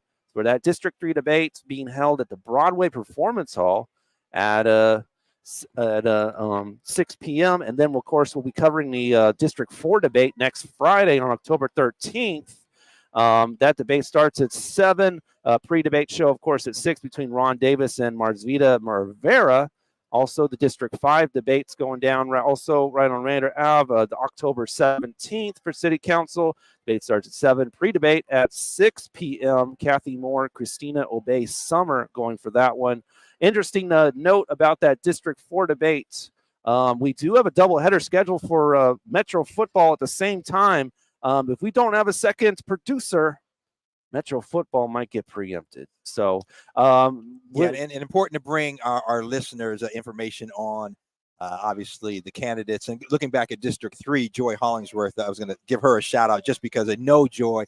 Went to high school with my son at Seattle Prep, standout basketball player, but just one of those young individuals that you want to see. And as I look at, Daniel, our political landscape, especially at a national level, it's time to get some new blood in there, and young people that are thinking differently, and so excited about Joy just because I know her personally, and you really want to see her do well. All right, well, remember that is Tuesday, so you can watch Joy debate Alex Hudson right here on Rainier Ave, but it will also be broadcast on Q13, King 5, Cairo, and of course Rainier Ave. Anywhere you want to go, but yeah, come right here for it, huh? Yeah, Yes, you can just tune in. You don't have to go to the Broadway Performance Hall or whatever. Yeah, exactly. Enjoy it from the comfort of your home. Man. Yes, indeed. Well, I tell you what a beautiful night here, and I remember Daniel back when Tony B was talking about this idea of this streaming radio, and had all the ideas. But we met and talked about sports, and at that time we said, there's really no coverage of high school athletics, and let's make that kind of our focus and niche, and I think that people really enjoy and appreciate the fact that giving these young athletes, both boys and girls, young men, young women, kind of the shout outs and really seeing what they're able to do on the field. I feel like Edwin Bailey was really instrumental in us starting those high school games. I think he was at the time. I think he was doing his Bulldog Blues show, and I think he just mentioned to Tony like, "Hey, why don't we start covering these games?" And actually set up wheels got in motion after that. Set up a meeting down with the WIA office, and remember Edwin, Tony, myself down there, and so again, a team effort, community effort, but it is. I hope our listeners and those of you tuning in and watching the stream really enjoy that, and it's just really cool to give these kids that recognition, and we really highlighting what they're doing in a positive way. And one of the things that Edwin and I talked about a lot is just the sportsmanship we see between these young athletes, win or lose, 9 times out of 10, most of the time, the highest percentage of the time, they are you're seeing really good sportsmanship and support of one another. I think a high level of respect between one another. I also think that has a lot to do with the education. A lot of people like to make fun of the kids, the way they sound, the way they talk. You're not saying the right thing. So to get them out here, put them on the air. Demand that you give us the right way. You got to talk about that edumacation. Got to talk about that. That's right. And so when you get off to college, or if you're fortunate enough to go farther, and you're there on an interview, and you can't be critical if you didn't demand that you do it the right way. Well, Edwin, I know you got stories about this. I will tell you this. My mother said, "Look, boy, don't you get on the TV, the radio, whatever it is, and saying after every word, this, that." I mean, she would be on me, and that was something that was important to my mother, representing us, and my dad didn't say a whole lot about it, but mom was on me. Mom was like, "Boy, you better not embarrass me." Hey, come on. The culprit in my house was my older sister. All right. You see what I'm saying? Know what I mean? See what I'm saying? She will lose her mind. Yeah. So I got calls. In the locker room. Will you please stop sounding like you're from the country? What's wrong with that? I know. I am from the country. Yeah. Well, she was. We had to speak correctly. Yeah. Enunciate. Right. I didn't even know what the hell enunciate. I know. But interesting thing, which is a beautiful thing now. We're seeing more and more of different cultures being embraced, and how different cultures do different things. Right. And there is more of an embrace and less of, hey, you've got to assimilate and be like. Yeah. And I think a more respect and recognition and honoring of the diversity of whether it's how we talk, how we dress, how we wear our hair. I mean, I think back, working on this documentary on the Seattle Black Panthers, and Larry Gossett, who were longtime King County councilman, Aaron Dixon, one of the co-founders of the party, Charles Flavors, he was at Franklin High School, and among other things, from my understanding, black young lady was sent home because she wore her hair in a high hairstyle thing we're used to, and it was braided, and if that's not professional, it got sent home. Yeah.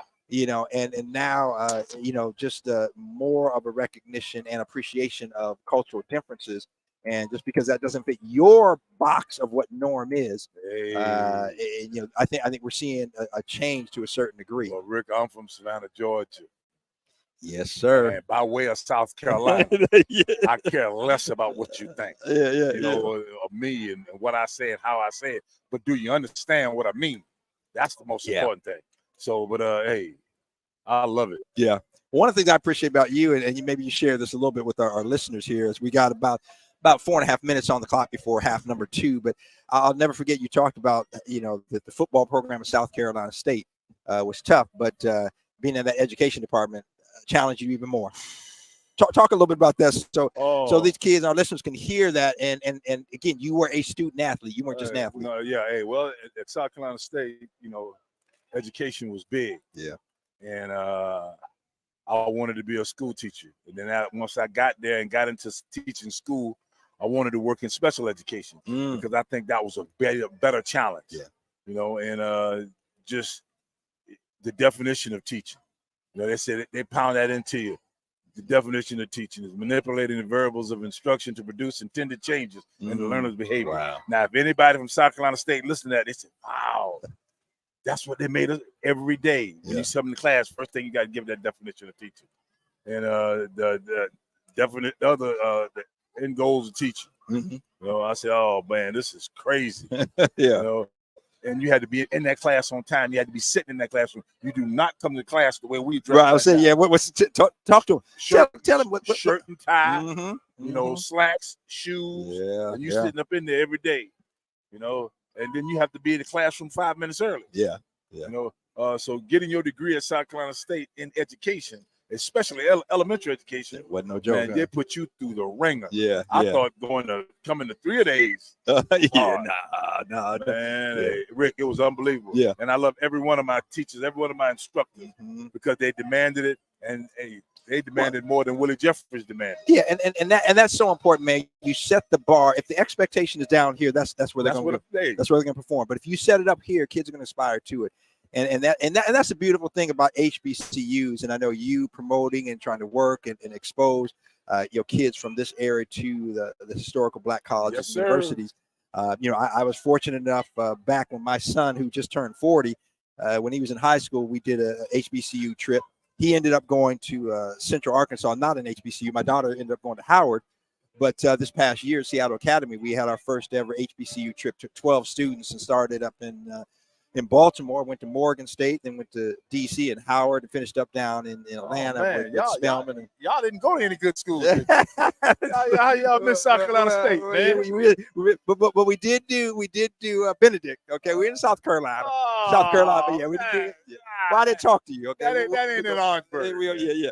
But the point is it like you talked about, the bar is set. There's an expectation, and there are examples for these young people to see, people that look like them that are achieving at a high level. Yes. And again, now, you're seeing more and more of a recognition, like you talked about suit and tie. Now you can see somebody with maybe a shirt that has an African print or something like that is representing our culture even more, which is a beautiful thing. And I love to see that.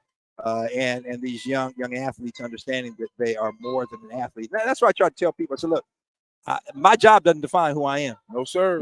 I am much more than my job, and I enjoy what I do. I do it to the best of my ability. But at the end of the day, it doesn't define me. Well, like I tell them, man, you haven't been educated unless you've been educated at South Carolina State. That's. Oh man, that's from whence I came. Yeah. I love it like I love my mama. Yeah. I'm sensitive. About it. You can't. You're gonna play the. I couldn't play professional football because I was an offensive lineman. I came out of South Carolina State. Yeah. Well, like I told him, 12 years later when I retired. Right. Yeah. Hey, hello. Man, hey. Hello. So, I love it. Love being from HBCU. Love being from South Carolina. Right. Born and raised in Savannah, Georgia. Yes, sir. Hey. And correct me if I'm wrong. Are you? And I don't want to open a sore spot. If no, are you in the Seahawks Ring of Honor? No. Okay, so we need to start the campaign because I think, again, if we got some Seahawks folks listening, and when I say Seahawks folks, some of the brass they're listening, I think look back in your history and who is one of the greatest, if not the greatest offensive lineman in the history of the franchise. And certainly we got a guy that you learned from, you've talked about a lot, Reggie McKenzie came here, number 67. But he was at the tail end of his career, but still, I know productive. You learned a lot from him. Well, you hear a lot of stuff. But then again, I got to know Reggie McKenzie, Larry Little, Sam Davis. These African-American guys that played in the offensive line. Yeah. Well, but then again, they said, well, be careful. Well, it was called a thinking man's position. Mm-hmm. Well, I guess you African-American. Yeah. Well, it's like the quarterback, they say they don't have the mental capacity to play the position. Come on now. Change plays in the middle. I said most offensive linemen already changed the plays when they saw it. Right. But, hey, man, it is what it is, Rick. Yeah. But then, I mean, and as things have evolved, and, I tell young people, I say, unfortunately, as African-American, or as a person of color, oftentimes this country looks at you as less than, it's not worthy, it's not deserving, it's not capable. And we can't believe those lies, and we have to instill. And then that's one of the things, again, in HBCU instills that sense of pride, of self-worth, in you. It's interesting. You talked about South Carolina State and your love for it and what that school meant to you. And I look at my daughter who went to Howard, and funny, good friend of mine by the name of Eric Parsons, who was my age and went to Howard as well. And a few years ago, went out to dinner or lunch. He and I introduced him to my daughter, and to hear them talk about their experience at Howard and the very same thing. Yeah. And it's day in, day out, year in and year out. It doesn't change. It's like you're on this campus and there is an expectation. You are going to not, we're going to try to prepare. No, you're going to go out and change the world. You're going to make a difference in this world. Well, I'm so sorry that they had to go to Howard. I really am. Well, they will tell you otherwise. Oh, well, because with Howard. Wait, Ed, here we go. I go to coffee shop here in Columbia City, out of Columbia City. We live by each other. Cafe Vita over there. Yes. And I had on a Howard. Last year we went on the trip. I got a Howard sweatshirt. And walk in, there's a brother sitting down to the left of the door. And as soon as I walk in, he said, "H-U," and of course the response has to be, So and white people looking like, what's going on up in here? It's a black thing. I'll tell you what, I'm going to get you a South Carolina State shirt. Yeah, okay. I will wear it proudly. You gotta. Oh.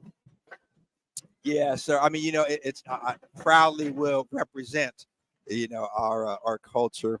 And of course, as I started out at FAMU, so I got my FAMU stuff. Man. Yeah, I know. You went and UW. I'm represent. I'm gonna tell you what. Change the subject just a little bit. UW and we talked about him earlier. Mentioned his name, Michael Penix Jr. Yes.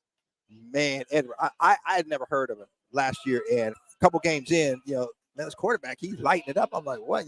Started looking up, and he's black. Very active. And oh my goodness, I mean, this kid, he can make any throw from anywhere. And one of the things I'm on the board of Seattle Cares mentoring program, and talking to Don Cameron, the executive director, and they talked about Michael Penix Jr. and as good of an athlete as he is, he's an even better human being. Wow, good for him. Yeah. All right, start of the second half here. Rainier Beach won the toss, and they deferred, and they received it. And the kick is fielded at about the 10-yard line. And we got, coming out, and I believe I'm trying to see the number. And a flag. And that is number 44. That is Oteka Wamba has had a great game and took it all the way out to midfield, but a flag was thrown back at about the 35. So, unfortunately, that's going to come back because that is undoubtedly a hold. That was a late flag. Yeah, it was. And all he saw was the guy fall down. I guess he assumed that he was tackled. Just in case anyone's surprised, Tyler Ernest is still watching. And, of course, Tony Bailey saying, "Hey, babe." Edwin gets all this love. Well, where's the love for Rick DuPree? Come on. Why did you hate, man? Just leave Ricky D hanging. Come on. Don't hate me because my brother loves me and my wife loves me. Y'all too, man. I tell y'all what. A little some love. Can Ricky D get some love up in here? Hey, baby, I'm hungry. They ain't feeding me. She gonna come and bring me a sandwich. Okay, I was just thinking about when I leave here, I'm gonna order, so I can pick something up on the way home. Cause Anyway, okay. So second half beginning, Rainier Beach leading Blanchet by a score of 6-5, and the handoff up the middle and nowhere to go. That was Akeem Murph. Nobody blocked him. Big number 73. He's a big youngin'. Yeah, Edwin. That was Jacob Cuba. And Cuba stopping Murph for a loss of about 2 yards back to the 28-yard line. I'm sorry, check that, the 23-yard line. I'm gonna get Tyler Ernest on the air one of these days, man. Oh, yes, All I gotta sir. do is talk to mom and dad, my sister and brother. They'll make sure he get here. Well, I remember Tyler, we invited him. You and Tony spoke to the seniors at Seattle Academy and invited Tyler to come. And it was great to see him, meet him in person. Pass out in the flats, not able to get it. The pass was intended for Mwamba. He wasn't able to pull it in. And good he didn't pull it in because he would have decapitated. Yeah, he would have taken a shot. So 3rd and 12 at the 23-yard line for the Rainier Beach Vikings, leading 6-5 here at the start of quarter number 3. And this is just the first of our doubleheader here at Memorial Stadium on Rainier Avenue Radio. Seattle Prep and Ballard up next. Edwin, I'm sitting here in a T-shirt, and it is what time is it now? 6:35. I'm still feeling pretty comfortable.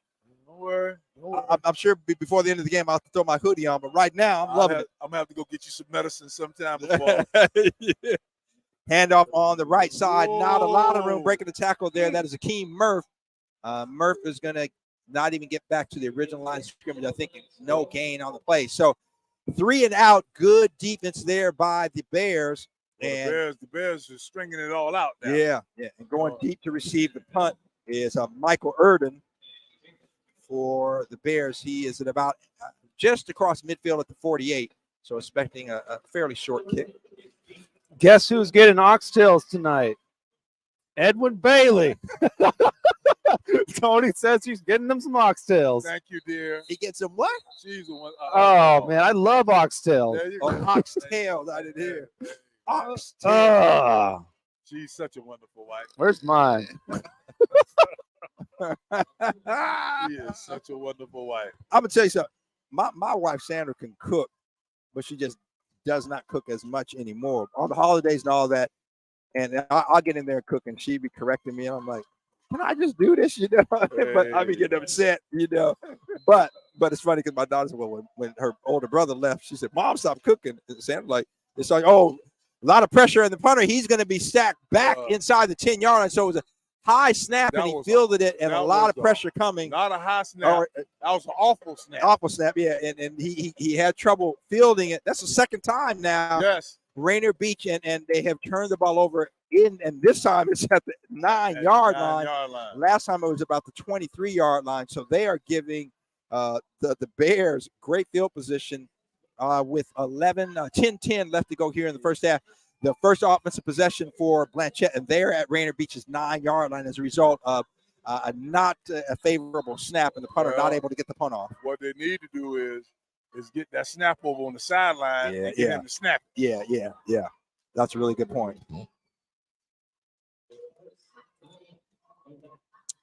So timeout on the field. Rainier Beach wants to devise their defense. They've got to get a stop here, Edwin. So if you just joined us, second half just beginning. Rainier Beach leading Blanchet by a score of 6-5. Rainier Beach coming in the game at 1-3. Blanchet at 2-3. And we have a timeout on the field here. Wow. And looking at some news here in this, Edwin, put your head back. We're going to talk about this. So, and I love the fact that you have the NIL. I'm going to shift the conversation for just a minute. That student athletes can now receive compensation for their name, image, likeness. All University of Utah football players, scholarship players, have received a 2024 Ram 1500 Bighorn truck in an NIL deal. Come on. And then here's the thing.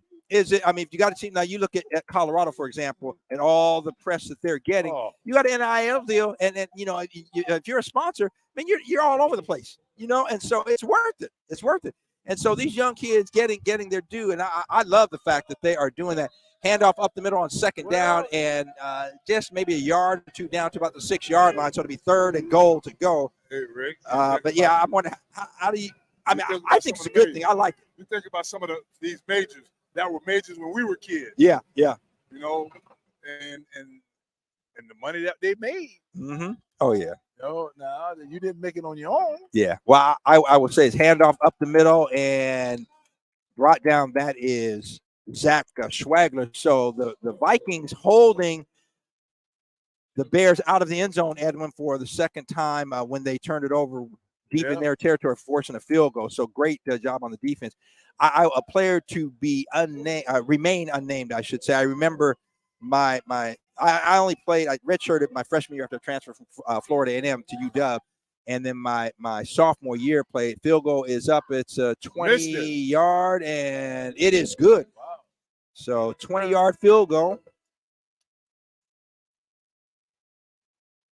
And that puts the Bears with 8:47 left to go here in the third quarter. Puts the Bears back on top by a score of 8-6. We got a high-scoring baseball game going on right now. Yes, sir. But I remember, so we being the Huskies, ranked number 1 in the nation. And I want to say, but I'd have to look at the schedule. Maybe week 5, week 6, week 7. It was mid-season. And we went down to Stanford and played a Stanford team that, if you remember, Vincent White, running back, number 22. Sir. Little dude, but Vincent short but stocky. But they also had a quarterback by the name of John Elway. Oh, boy. Yeah, oh, boy is right. And John Elway proceeded to pick us apart. And on national TV, it was over. What an experience, though. But again, being out at the University of Washington, for me, playing in a program, a guy like Don James, and just the organization and the attention to detail was a tremendous experience and impactful on my life and who I am. You're absolutely right, Rick. But it's to me, it's amazing. Because the Donnie Shells, the Harry Carson, the David Deacon Jones, I wonder how much they are worth. Good grief. Come on. All of them out of South Carolina State. Yeah. And again, I talked about that trip down to Stanford. And like I said, a player to remain unnamed, but we get on the high kick. It's kind of not a squibber, but a high kick, and it's fielded by a Rainier Beach player at the 30. He's got some room here running to his left. Player behind him, he's got one man to beat. Oh, he shot behind. Oh, and I tell you, that was a good run. Yes, it was. And that was number 0, Israel Neighbors. Neighbors takes it out almost to midfield. But as I was saying, a player to remain unnamed. But I remember we got on the bus, even though after the loss. And my man, that was back when the boosters be giving cash. Oh. He had a wad of cash, Oh. and again, you can't fault the kids, because back then, you couldn't do anything. And I mean, and the NCAA, in my opinion, is still ridiculous. I mean, they're reaping all the benefits off of these kids. And the football program in particular is funding everything else, or most everything else, in the athletic department at these universities. The adults are lining their pockets. The leagues are lining their pockets. I mean, the Pac-12 fell apart because the deal they turned down was $30 million a school. Right. And they could go out and get $50 million. So that's why it fell apart. But these adults are lining their pockets. And so when I say I favor and glad they have the NIL, and I think they need to do a lot of work. It's kind of like when the NBA started the dress code. They're trying to. They say, well, guys are wearing jeans as well. It's got to be dress jeans. Well, what is a dress jean? Yeah. Come on, Okay, now you put a crease in as a dress. Yeah. That's back in our day, man.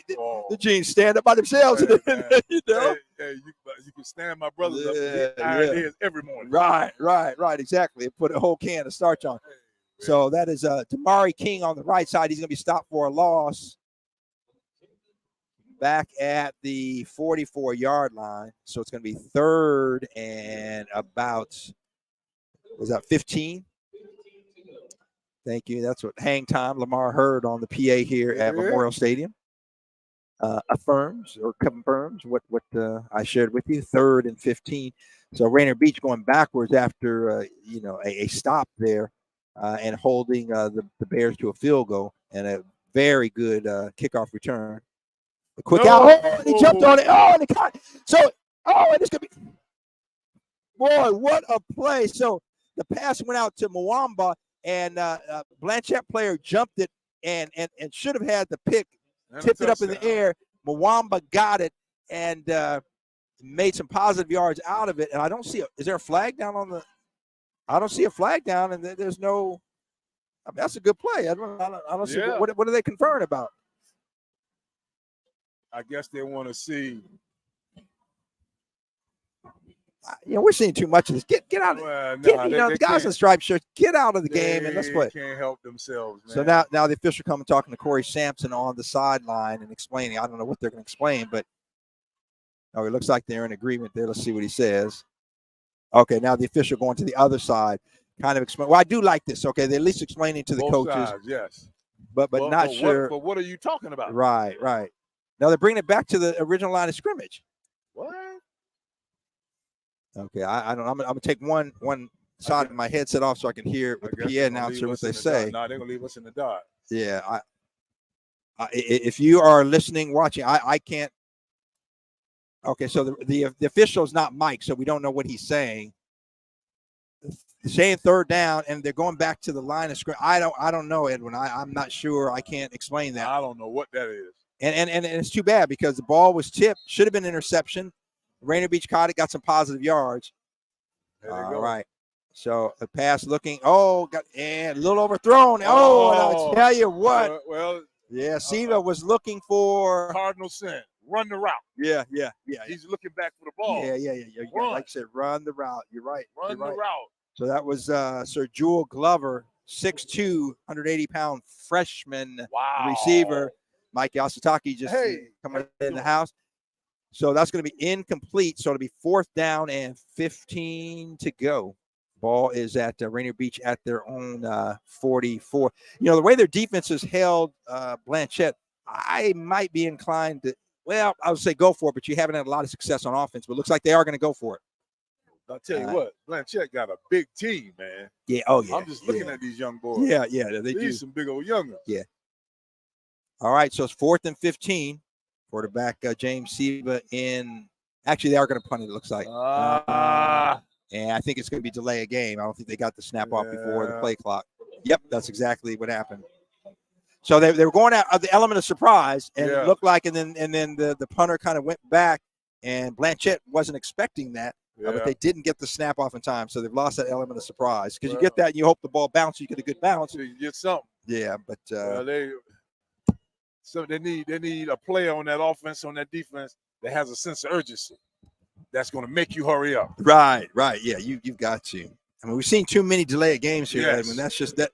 And again, I tell the coaches, okay, they get the punt off, and it hits down at the 30. And a good bounce, and downing it at the 24-yard line for the Bears is number 6, J.J. Kane, one of the co-captains of this Bear team. So 6:50 left to go here in the third quarter, and we have a very close game. Rainier Beach 6, Bishop Blanchet, I should say 8. So the Bears leading the Vikings by a score of 8-6. Well, you will be a sad man tonight. So I don't think it's going to happen. Don't go anywhere because, again, like I said, this is only game number 1 of doubleheader. Seattle Prep, Ballard following. Right now, the Bears, Bishop Blanchet on their own 24-yard line.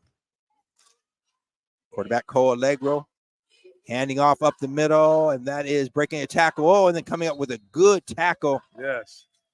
On the runner, number 31, Zach Schwagler. I missed the number of the Rainier Beach player, but coming up and making a good stop after about a gain of 5 yards. As they said, he laid a little wood to him just then. Yes, indeed.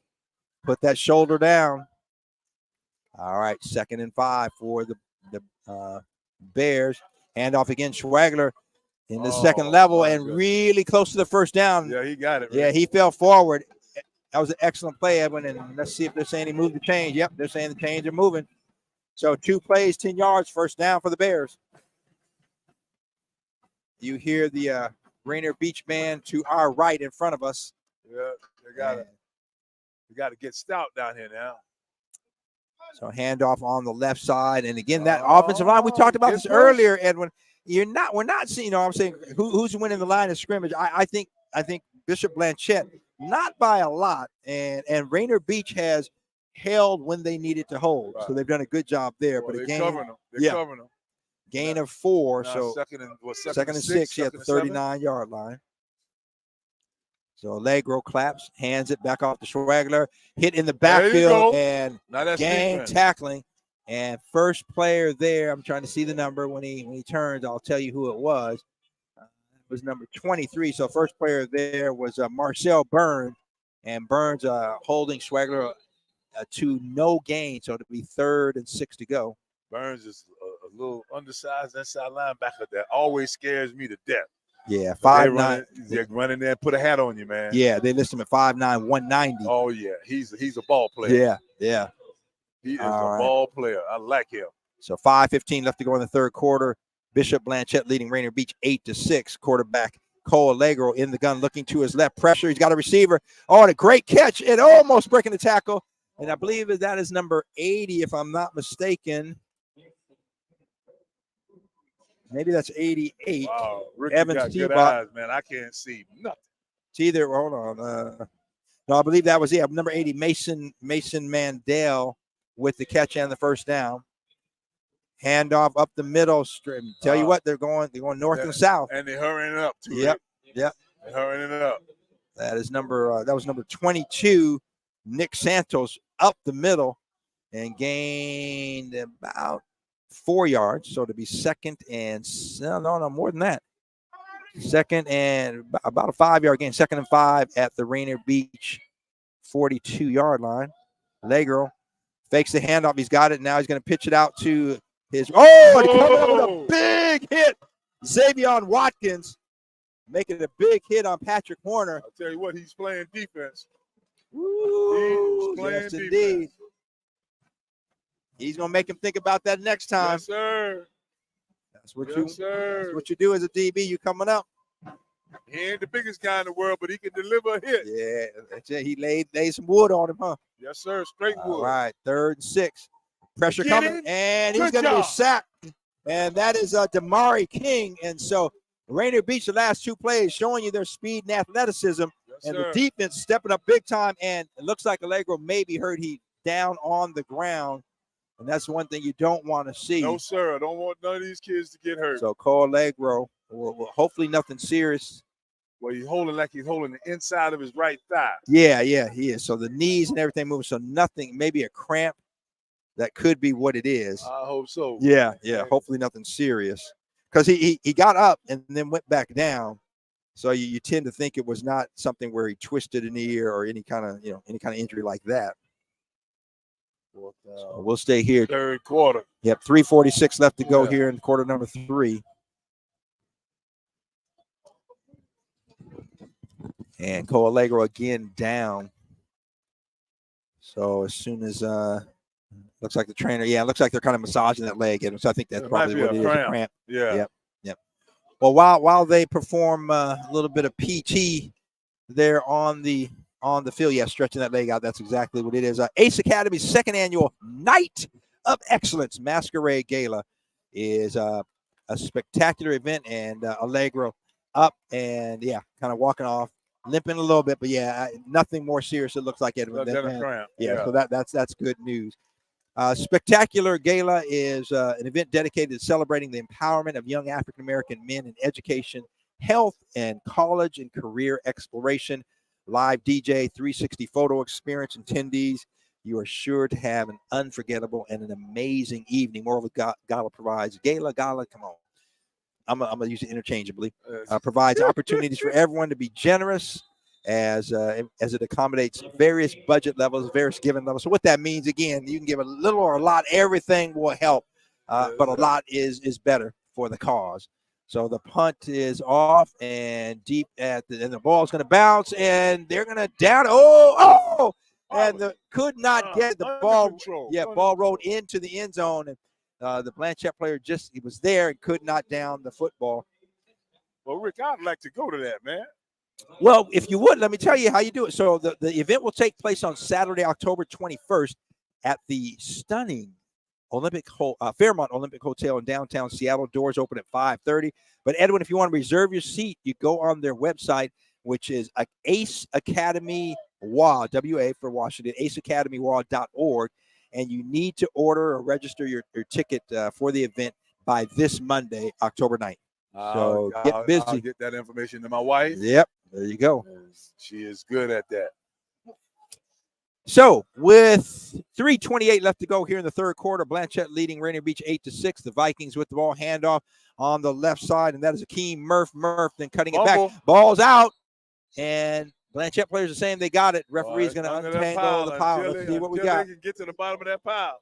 It's writhing and moving. This will be the third major error by the Vikings, if that is the case. And that is the case.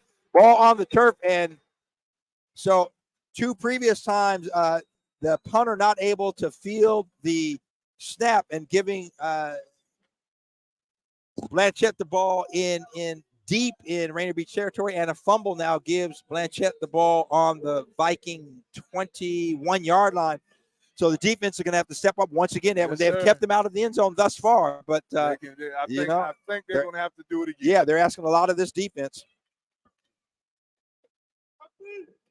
So Bishop Blanchet with 3 receivers to the left, and Cole Allegro, good news, back on the field, quarterback for the Bishop Blanchet Bears.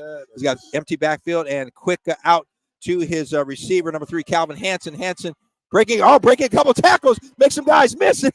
Taking it down close to the 10-yard line. He is real close to the first. 4 guys. Yeah, I mean, I was looking down, and there were 4 guys. I thought he was going to be tackled, and man, he made them all miss. Broke some tackles. Wow.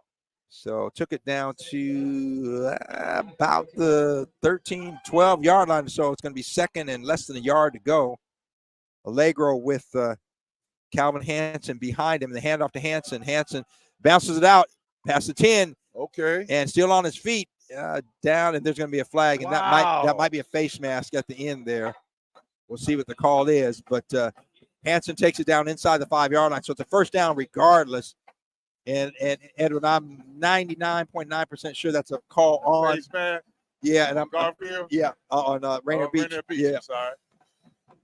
Let's see what the call is. The Bulldogs, by the way, in action tonight at Eastside Catholic.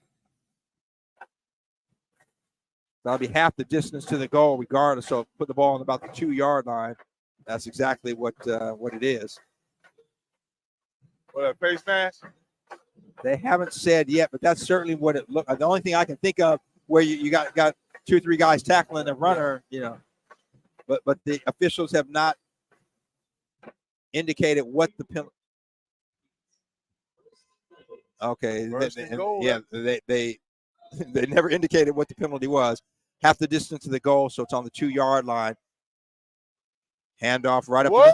Coming in from nowhere. What a play! That I believe was number 6, yes, sir. Damari King. Boy, and tell you what, Damari King has made some plays. Sir. That young man can play. I'm trying to see. That was either, I believe it was 6. Yeah, he can play off the edge. May have been Ray Proctor, number 8. I having trouble here, and I apologize. But regardless, Rainier Beach player coming in from nowhere, and a big loss back to about 3-yard loss back to about the 6 or 7. Allegro looking for receivers, got one on the outside.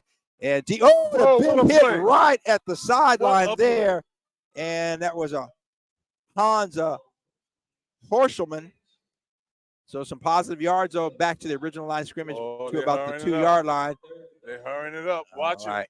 And they're going to do a quarterback sneak, and he's not going to get it. No, nowhere. He didn't even move, did he? And I tell you what, Edwin, Rainier Beach's defense deserves MVP so far. They have kept Bishop Blanchet out of the end zone on 3. The whole way. Yeah. I mean, this is 3 times now where either the special teams or offense gave up the rock inside. In 2 of the 3 times in the red zone, and one time at about the 23, 25-yard line. Okay, so we got a player down, and now a flag. Unsportsmanlike conduct. So it must have been something being said or something. When you can't afford that. Now you've held them out of the end zone. Yeah, you done did everything right, but then again you say something stupid. Yeah, I mean, well after the play. First down. So let's see what the call is. Now it's a dead ball foul. I'm not sure. We'll see if that means they'll mark off some yards or it is a new set of downs. Well, it can't be no more than half the distance. Yeah. But it may be half the distance and not a new set of downs, which would mean Bishop Blanchet could consider, hey, do we want to go for it? Yeah. But right now, the concern is the player down. We can't see the number of the player, so we don't know who it is. And he has been slumped over on his right side and hasn't moved a whole lot. And this is one thing you don't want to see. Looks like now they're looking at maybe an ankle, which again you always hope that it is that lower leg and not in the knee area. Now the player back. It might be a lineman back on his back. And just we hope that everything okay. A minute 26 left to go here in the third quarter. Bishop Blanchet leading Rainier Beach by a score of 8-6. Blanchet at 8:47 kicked a 20-yard field goal to take the lead here. Again, I'm Rick DuPree along with Edwin Bailey. He of South Carolina State and Seahawks fame by way, or am I saying that right? By way of Tompkins High School. Tompkins High School in Savannah. Sophronia M. Tompkins. Sophronia M. Tompkins in Savannah, Georgia. Yes, sir. The great South Carolina. By way of South Carolina. By way of South Carolina. This kid been down on the ground a long time. Yeah, let's get him up. Look at that. Because I know for about now, if it was me, my sister would have done jumped across the fence. Would have been on the field. So they got the player on his feet now. Yeah, and walk him on off. Yeah, and a couple of his teammates coming to help him off. A couple of big ones. Yeah, and so not sure if it's an ankle, knee, but something right now they don't want to put pressure on that leg. So let's just hope and pray that it's nothing serious. It got the Metro director, Pat McCarthy, on the field. Yeah, so I saw that. Okay. Yep. Must be something big. So they're taking him to the sideline. I still haven't seen the number of the player, so I apologize for those of you listening and watching the stream. Difficult to see because he's been on the floor. Okay, it's 50-something, Rick. Okay. Yeah, I'm not sure. And not putting pressure on that left leg. Again, it looked like they were, it's hard to tell. We're here at midfield and up about halfway in the stands, and that is down on one end of the field. He was on the opposite side of that looked like the field. Number 55, Rick. We think it's number. So if that is 55, that would be the offensive lineman Grady, Stanfield. So we hope there's nothing serious. So it does remain fourth down, and they're going to go for it right at the goal line, the 1 yard line. Allegro, the quick pass, and it's behind his receiver, incomplete. But there's going to be a flag. They're going to call pass interference. Come on now. Yeah, they're going to pass interference on the defender there, saying he ain't had enough time for it to be an interference. We're on the Rainier Beach side, and the Rainier Beach fans not happy with that call. Understandably so. A minute 15 left to go here in the third quarter. So if that is the case, it will give Blanchet a new set of downs right at the goal line.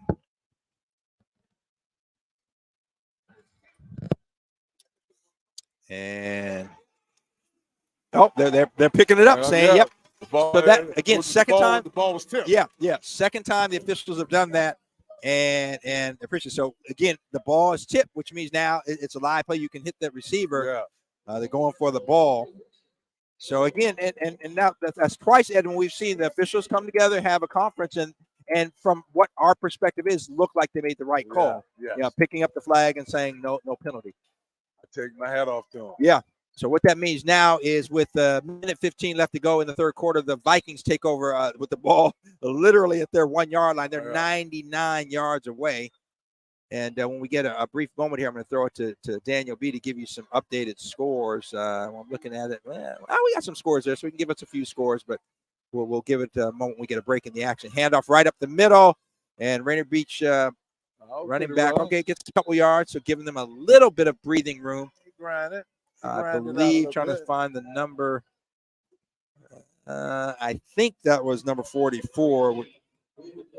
Mwamba, I think. I see a 24, Rick. Okay, maybe that's.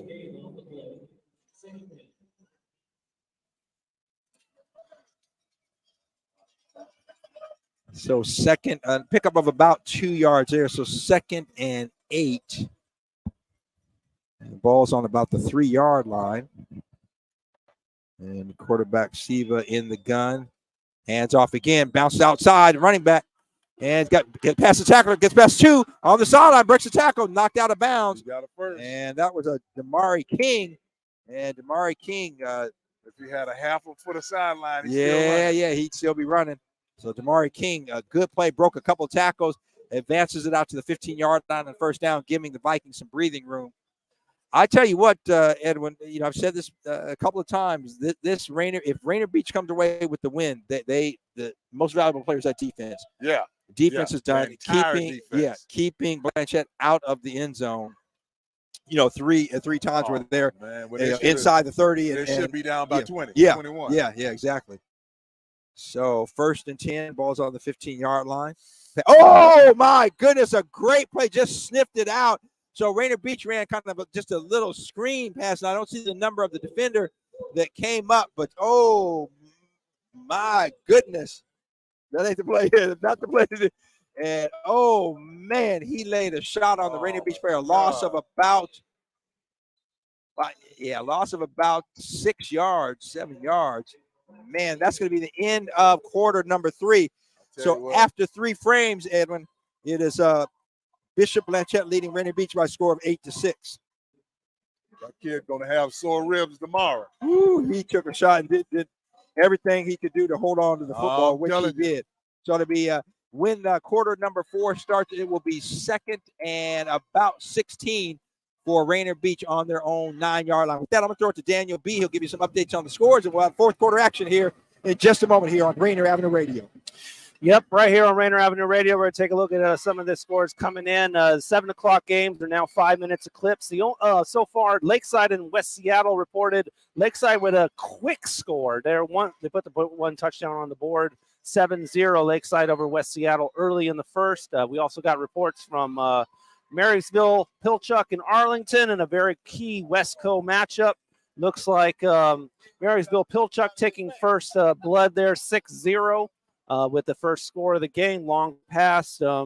And Lincoln and Stadium earlier on in their contest, as well as Mount Tahoma and Bonnie Lake. Looks like these are the scores right now that we're getting reported. Just started. All right, thank you, Daniel. So 4th quarter, Rainier Beach, 2nd and about 16 to go. They got to get the ball all the way out to about the 25, and they have the ball on the 9-yard line. So the officials, before we start the 4th quarter here, the official looks like he's giving some instruction to the Rainier Beach sideline, and now the officials conferring here. And Mike Yasutaki got all the goodies here. Halloween coming in. I'm going to blame him for my diabetes. All right.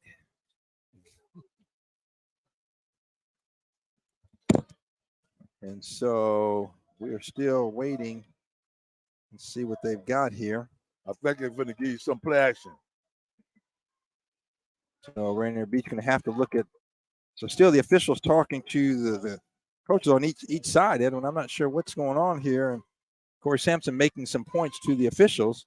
He's pointing. He's not happy. No. So let's. Not at all. So again, we are 3 quarters down, and it is a close game, 8-6. Bishop Blanchet leading the Vikings.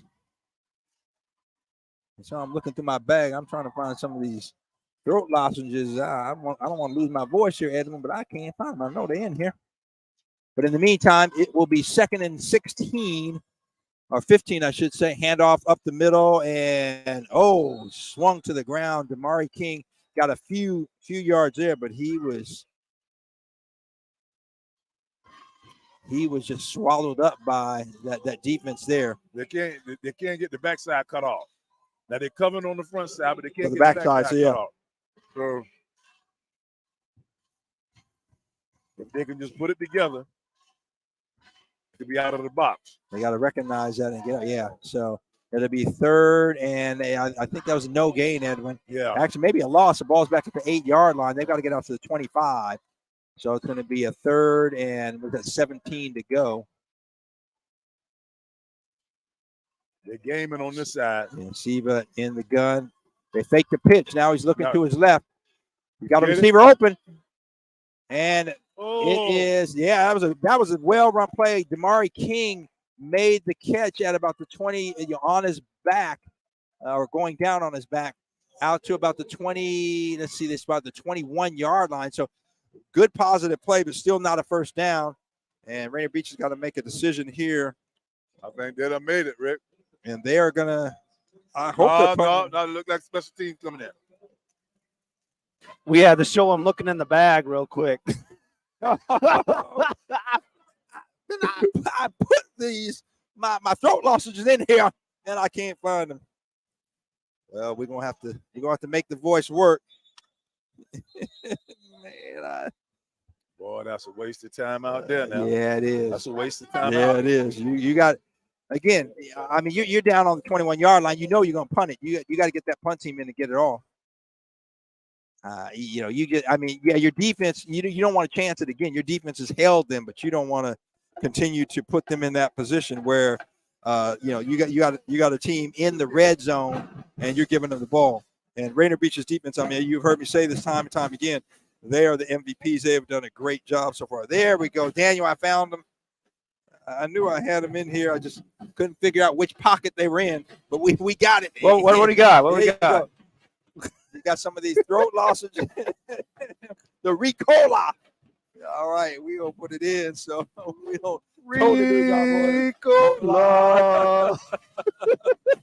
All right. Oh my goodness. Woo. I got my hot tea. You start stuff happening, man. Some exciting plays. The voice goes. All right, we're in business now. I will do my best to call the game with the Ricola.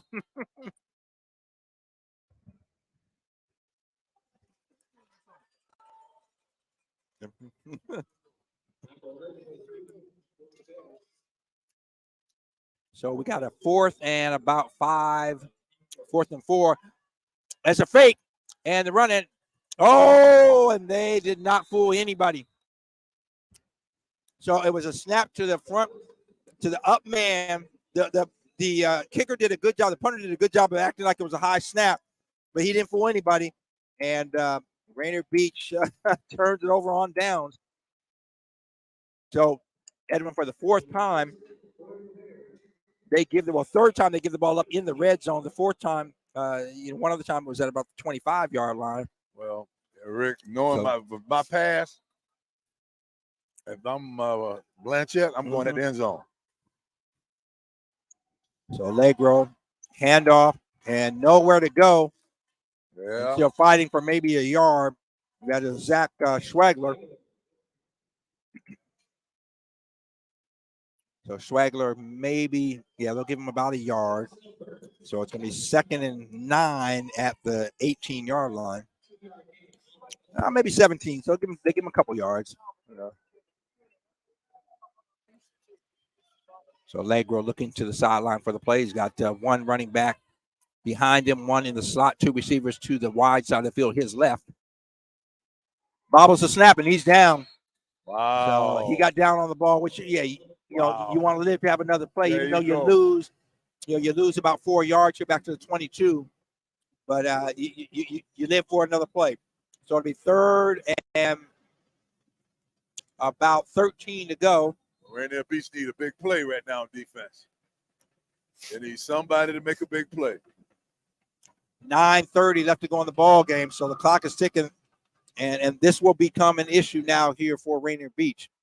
But first things first, they need to get a stop. Contain. Allegro looking to his right. He's got a receiver now, rolling to his right. He's under pressure. Gonna let it go. He's got a receiver, but going to be knocked out of bounds. That is number 2, Patrick Horner. And Horner picks up maybe about 6 yards, but that's going to make it 4th and about 7 to go. Oh, Ricky ain't got about 2. So 4th and 8. 4th and 8, balls on the 16, I believe. They got to get down to the 9. 4th and 7, 4th and 8, somewhere in there. So it's going to be about a 33-yard field goal attempt.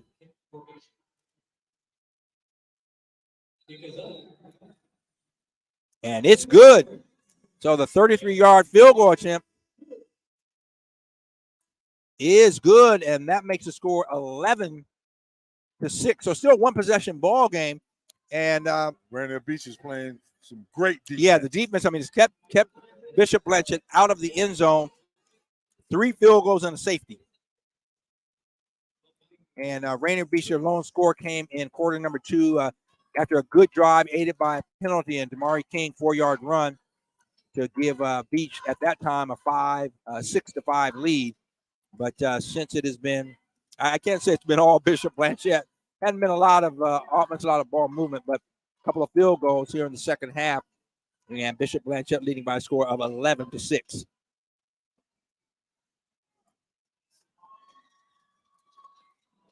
So we're waiting on the Bears to take the field, and they will kick it off.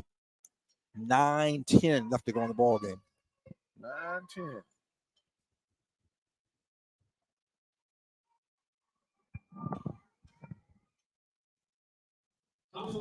So the Blanchet player, or rather I should say the Rainier Beach receivers back at about the 19-yard line awaiting the kick.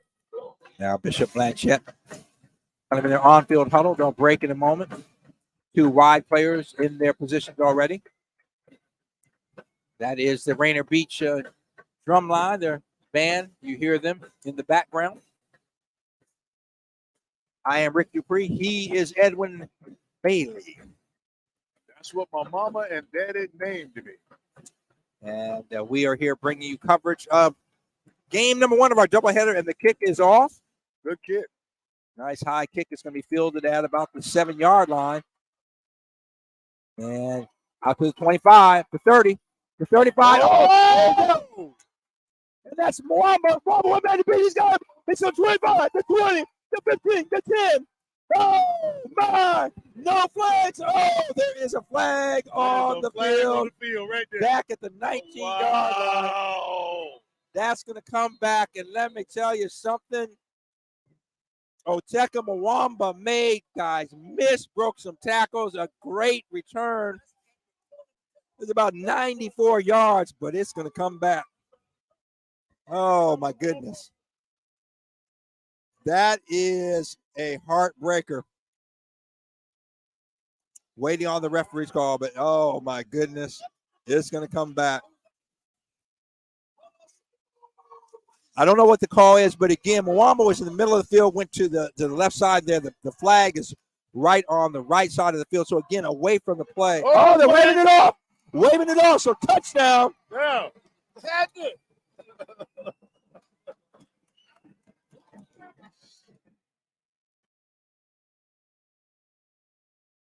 So a 96-yard kickoff return for a touchdown. Oteka Mwamba and the Vikings on the board with the lead. So that is the 3rd time, if you are just joining us, that the officials have waved it off. Yeah. And again, all 3 from our perspective, and I think 2 of the 3 benefited Rainier Beach, if not all 3. But the right call, and the right call. So what an electrifying kickoff return, 96 yards, or check that, 94 yards. He got it about the 6-yard line. And the Vikings now need to get the extra point. They're going to go for 2. We'll see, because right now the score 12-11. They're going for 2, Rick. Okay, you go. Yeah, now you're field goal away. So yeah. That's the right thing to do. Oh, run that ball to the left. Run that ball to the left. Run the ball to the left. Oh, yeah. Blanchet's defense is stacked to the right. Oh, and nowhere to go. So Rainier Beach tried, and the running back didn't go down. So Rainier Beach, what they tried to do is had a couple backs lined up to the left, and they tried to do a misdirection, but they came everything to the right. And Blanchet penetrated through the middle and made the stop. So the extra point is no good, but Rainier Beach, with 8 minutes, 50 seconds left, take the lead 12-11 here at Memorial Stadium. Boy, I tell you what, and what an electrifying kickoff return that was by number 44, Oteka Mwamba, 94 yards, taking it back to give the Vikings the lead. So, Daniel, in addition to game number 2 here, Seattle Prep and Ballard, Any other big games going on in the Metro League tonight? Or around the state, I should say, not just Metro League. Well, definitely in the league, Eastside Catholic Garfield, that's at 7:45 for sure. But big game in Westco currently, and it's already tied up between Marysville, Pilchuck, and Arlington, a couple of top 10 teams in the state. 7-7 first quarter, 5 minutes left there. And also they're in the in Pierce County League. You got a nice contest between Mount Tahoma and Bonnie Lake, a couple of top 20 teams. Mount Tahoma First Blood 6-0 there, first quarter, 5-5. All right, thank you very much. There you have it. So stay tuned right here on Rainier Avenue Radio. Obviously, our streaming services, you can go to YouTube, Twitch. Where else can people see us on streaming? YouTube, Twitch, and where else? X or Twitter. Twitter, yeah. And Facebook. Facebook, yeah, thank you. So the kick is fielded at about the 18-yard line and coming around. Oh, and a big hit. That was number 5, Hans Horschelman. Takes it out to about the 32, and he took a shot there. They'll mark it at the 33-yard line. Got a little limp going off the field, but that was a hard run. Tell you what, Rainier Beach, we've seen by the beach. Both sides of the ball, have some big hits today. Got a little wallop to them. Yeah. So Edwin, even if you've had your COVID vaccine before, or if you've gotten previous COVID booster shots, I should say if you got COVID or you've had the booster shots, it's important to get this new COVID vaccine. Different variants is out there, so it's safe to get the flu shot and the COVID shot at the same time. Get both to prevent serious illness this fall and the winter. Find a vaccination site near you at www.kingcounty.gov/vaccines. So you can check that out. I decided not to do both of mine, but I'm getting my flu shot tomorrow, and then my COVID shot next week, or Sunday, and then my COVID shot next Saturday. So loss of 1 on the play. Allegro finds a receiver there on the left side of the field. Not a big gain. He finds Michael Erden, and Erden knocked out of bounds, I believe. Let's see. Yeah, the clock is stopped. 8:05 left to play. Pickup of about 4, maybe 5 to the 35-yard line. So it's going to be 3rd and 8 to go for the Braves at their own 35-yard line. Wow, they got 5 people up at the top. Yeah, empty backfield, 5 receivers on the wide side of the field. The quick screen and coming back, and they've got a well-run play, but on a flag goes down, and as does the receiver. I believe that was number 80. He didn't get with it. Mason Mandel. So let's see, and a flag down. So let's see what the call is. And Edwin, I'd be inclined to take this penalty because even if they're short of the first down, I mean, it's like within inches. Yeah. I'd give them the down and say you got to back them up. Yeah, exactly. So waiting on the official call here to see. And waving it off again. Wow. Okay. What's good for the goose is good for the gander. Yeah, I mean, I'm okay. Why y'all throwing the flag? There you go. What you seeing? Yeah. So that's going to be, man, are they going to have to bring the sticks out to measure that? No, they're not. They're saying it. Isn't this 4th down, I believe? Or is it 3rd down? Okay. Well, 4th. 3rd down on the box there. So hold on. Okay, now they're saying it's a 1st down. Okay. So moving the sticks right now. Well, so if they didn't get the first, how did it? If you waved it off. Yeah. So, and it was close. I say you got to measure. I would. Well, it's too late now. But if I'm Corey Sampson, I'm like, wait a minute. I'll get the sticks out there. Let's see. All right. So Allegro looking to his right, Rolling's got a receiver deep down on the sideline. It's caught, but it may have caught out of bounds. He knocked it out of bounds. Yep, caught out of bounds. So really good over the shoulder catch by Hans Horschelman, I believe it was. But again, it was out of bounds. That safety got up there and got in the way. So 2nd and 10 balls at the 43-yard line.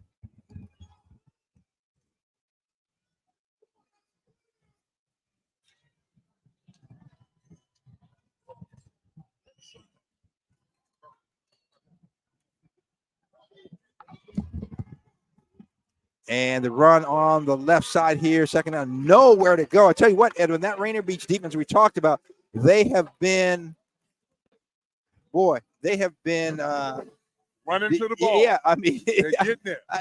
I'm at a loss for words. So for how well this Rainier Beach defense has played, keeping the offense, Bishop Blanchet in check, and especially as they are driving. So 3rd down and 10 to go, ball at the end. Got movement, and Rainier Beach is going to be well, consider they're listening to that hand clap. Yeah. And now they're watching as opposed to watching the football.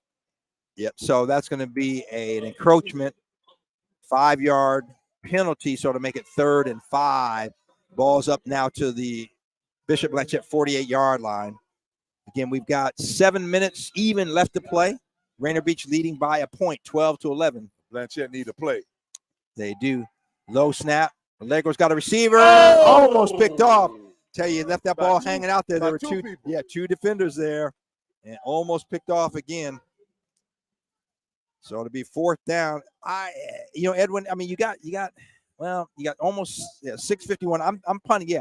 Again, you talk about field position. Yes. And a punt, and your punt is actually pretty good. Yeah. Get the ball down there. You rely on your defense to hold Rainier Beach, and then and Rainier Beach's punt is not that great. Yeah. Now you have the ball, on the positive side of the field, but they choose to go for it.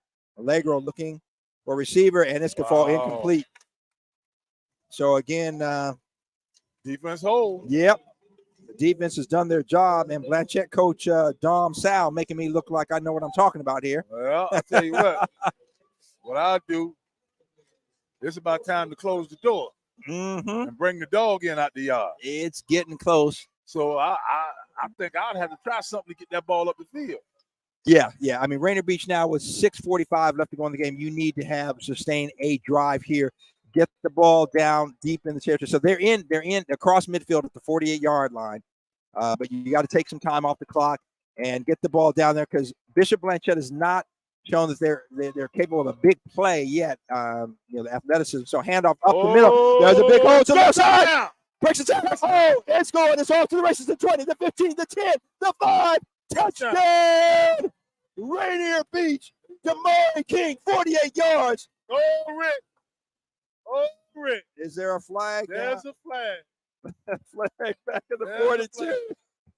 Oh, my goodness. There's a flag.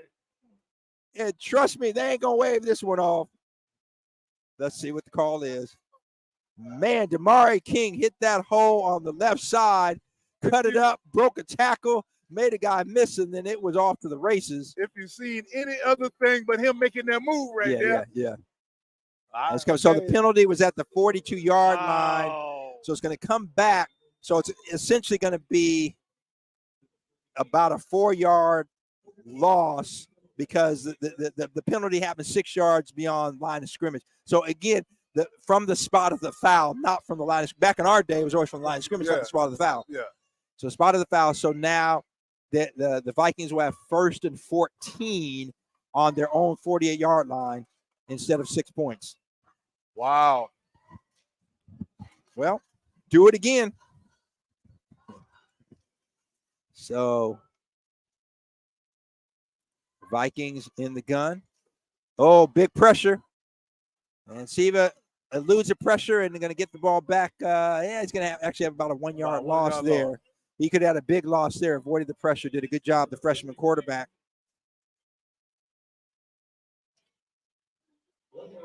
And I'm seeing the name James Siva. I wonder if it's any relation. I would think it is some cousin, if not a brother, of the great Rainier Beach basketball player that went on to Franklin basketball player, I should say, that went on to Louisville, Peyton Siva. I'm not sure, but I wonder if they're related. Not a real common name. No, it's a good game. All right, so now we're looking at 2nd and 15, balls on the 47-yard line. Rainier Beach their own. High snap. Siva gets it, hands it off. Up the middle, on his feet still, and stumbling all the way, Jarvay Lindsay. Back to the line of scrimmage. Right. Stumbling, bumbling. Bumbling back to the original line of so it's going to make it 3rd and 10. If nothing else, Rainier Beach taking some time off the clock. 5:30 left to play in the game. They lead it by a point, 12-11. So they'll have a 3rd and 10 at the original line of scrimmage. you're just joining us, it has been a low-scoring game, back and forth, a lot of field goals, a safety. Rainier Beach defense, in my opinion, I've said this several times, the most valuable player. They have made several stops and kept Bishop Blanchet out of the end zone. Siva looking for a receiver, has got him way out and just a little bit too far out. The ball thrown out of bounds, so that will force a 4th down. If he stopped and pulled up, he had 2 running free across the middle. Yeah. Edwin, I might, because Rainier Beach has not shown that they can punt the ball successfully, and it's across midfield. I mean, what do you have to lose? Your defense has been pretty good. Yeah, I say, and it looks like they're going to go for it. And now they're going to call a timeout, they being the Vikings, talk it over and figure out. So that's the 2nd timeout. They still have 1 left. 4:57 left to go in the ball game here at Memorial Stadium. If they just saw what I saw, I run the same thing like they just did a few minutes ago. Yeah. Run the same thing and hit one of them backside crossing routes. So we will see if they are listening to you, Edwin, or not. Daniel, any scores you want to update real quickly, Bill, while we have this break? When Kennewick, actually over on the eastern side of the state, after taking their first loss last season, are in the hole early just by 1 score against 4A team Richland. It is 7 Richland, Kennewick 0 early in that first with 6 minutes left there. Also in action at the moment, of course, that Lincoln-Tacoma and stadium game there in Pierce County. Lincoln has taken the first blood there, 7-0. First quarter is almost done. And another team in the Pierce County League, Mount Tahoma, Bonnie Lake, that's gone into the second quarter now. Mount Tahoma still leads that one 6-0. All right. Thank you, Ed. Appreciate that, Daniel. Edwin, we've got, it looks like Rainier Beach. Well, let's see. No, it looks like they're going to punt it away.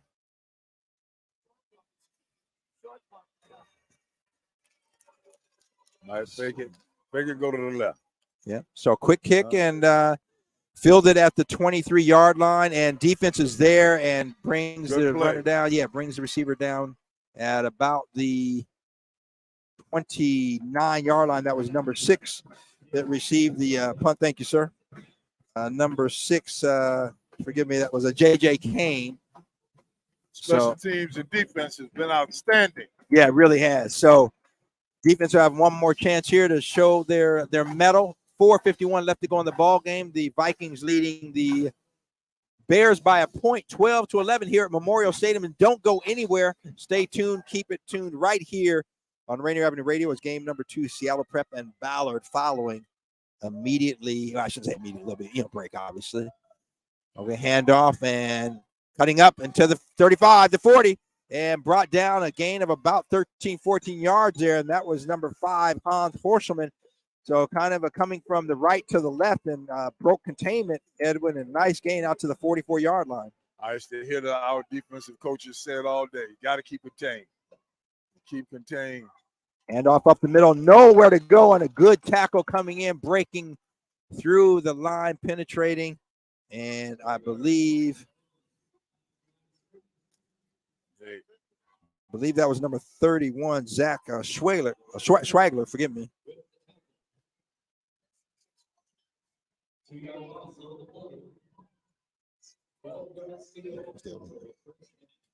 So that will make it 2nd and 12, loss of 2 on the play.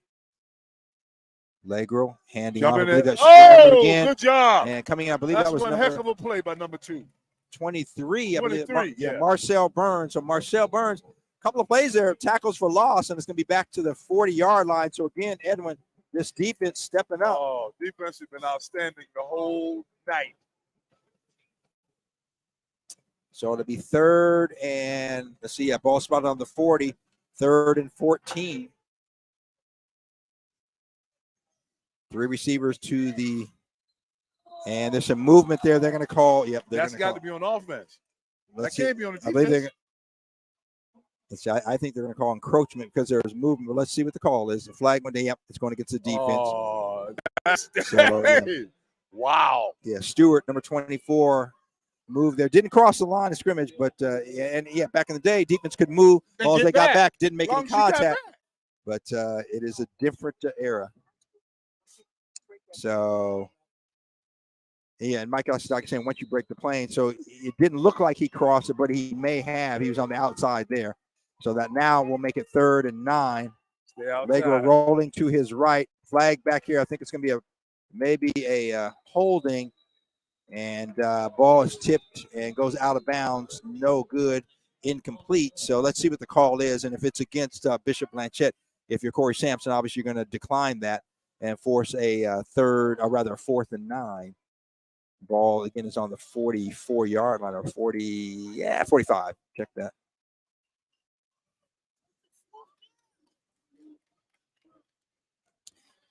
Edwin, I might take the penalty actually, and yeah. So it's a repeat of 3rd down, but they're going to be 10 yards depending on where the spot of the foul was. So the spot of the foul was actually, let's see where the official's going to mark it off from. Spot of the foul was actually a yard back of the line of scrimmage, so it's going to make it now 3rd and 20. Actually, I mean, I like that because this offense is not shown yet they can make a big play. Now, again, you never know. Yeah. But that's going to put it further in their territory, so it's back at the 35-yard line. It'll be 3rd and 20 now. You know what they always say, Rick? When you least expect it. Yep. Hello. So Legro looking to his left. The receiver over the middle, and it's going to be picked off. Oh, and it could be. One man to beat, and he's going to go all the way. Number 13, Xavier Watkins, takes it back. He picked it up right at about midfield. Oh, my. Rainier Beach has had some big plays tonight, Edwin Bailey. Yes, sir. That was a heck of a play there. So Xavier Watkins read it and stepped up, man, the first man at the ball, and he had one man to beat, which he did, and took it back about 50 yards. As they always say, Rick, he jumped the route. Yep. He jumped the route, read it like a good receiver. And so that, Edwin, I might tend to say we have 2:54 left to play, but we can resurrect Dandy Don Meredith if you want. Turn off the lights. The party over. All right. Those are good old days, man. Monday Night Football, your Dandy Don and Howard Cosell. And oh, man, those are the good days. I love it. Yeah, man. All right. RB going for 2 once again. Have not been successful thus far. Handoff, and they're not going to be successful on this one. A flag in the backfield. But, boy, I tell you what, I think that was Damari King, and he had nowhere to go. Yeah, about 4 or 5 white shirts saying, nah, bro. They Billy clubbed it. Yeah, I already checked that. Was that so, okay, the penalties on Rainier Beach, it'll be declined. So, with 2:54 left to play, the scores, and Rainier Beach takes a lead 18-11, but Edwin, one of the things Rainier Beach has got to improve if they're going to have any kind of chances, they've got to be able to kick an extra point or get. I mean, right now you got 3 touchdowns, but no extra point. That again, that's going to come back to haunt you at some point. That's basically the difference in the game. Yeah. I mean, it could be fortunate their defense has stepped up and helped them out. So 2:54 left to go. Rainier Beach leading Bishop Blanchet by a score of 18-11.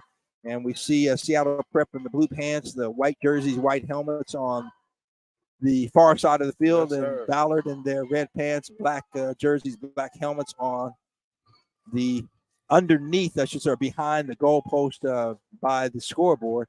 So that is game number 2. Don't go anywhere. Seattle Prep and Ballard right here on Rainier Avenue Radio. Hey, Rick, that royal blue and white looked like the mighty Wolverines of Tompkins High School in Savannah, Georgia.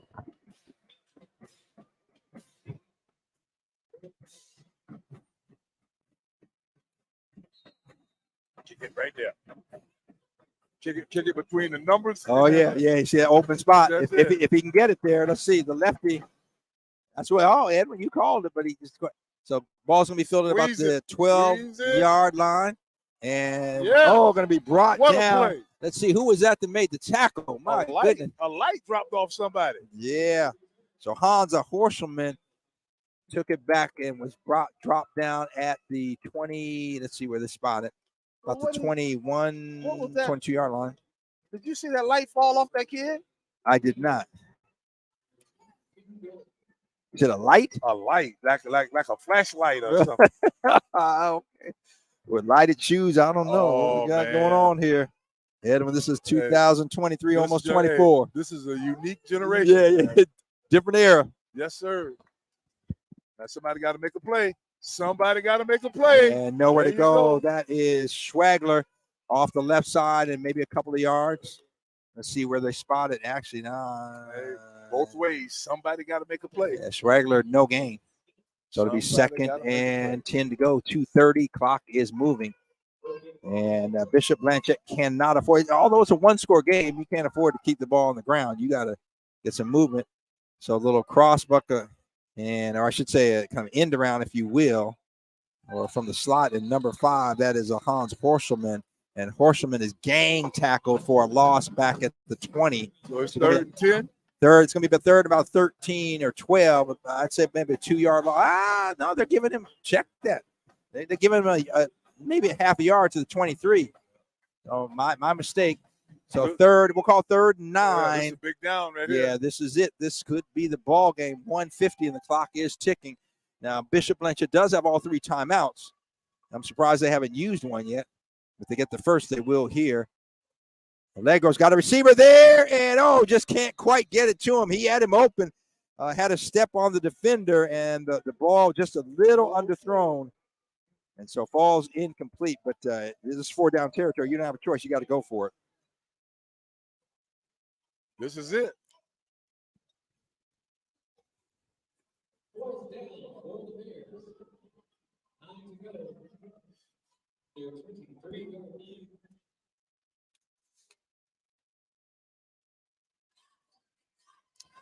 So if you just joined us, we have a game going on.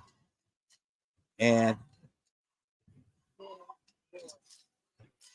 Allegro deep, looking back and overthrown. His receiver's going to be picked off. And I believe that is, again, number 6, Damari King, who has had a heck of a game. He gets an interception.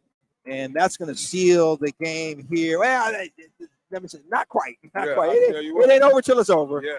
So he's not the biggest guy in the world, but he plays like a giant. Yeah, he does. I'll put him on my team. So with a minute 24 left to go in the ball game, Rainier Beach will take over on its own 29-yard line. And don't go anywhere, because Michael Lloyd and Mikey Asataki bring you game number 2, Seattle Prep and Ballard, right here on Rainier Avenue Radio.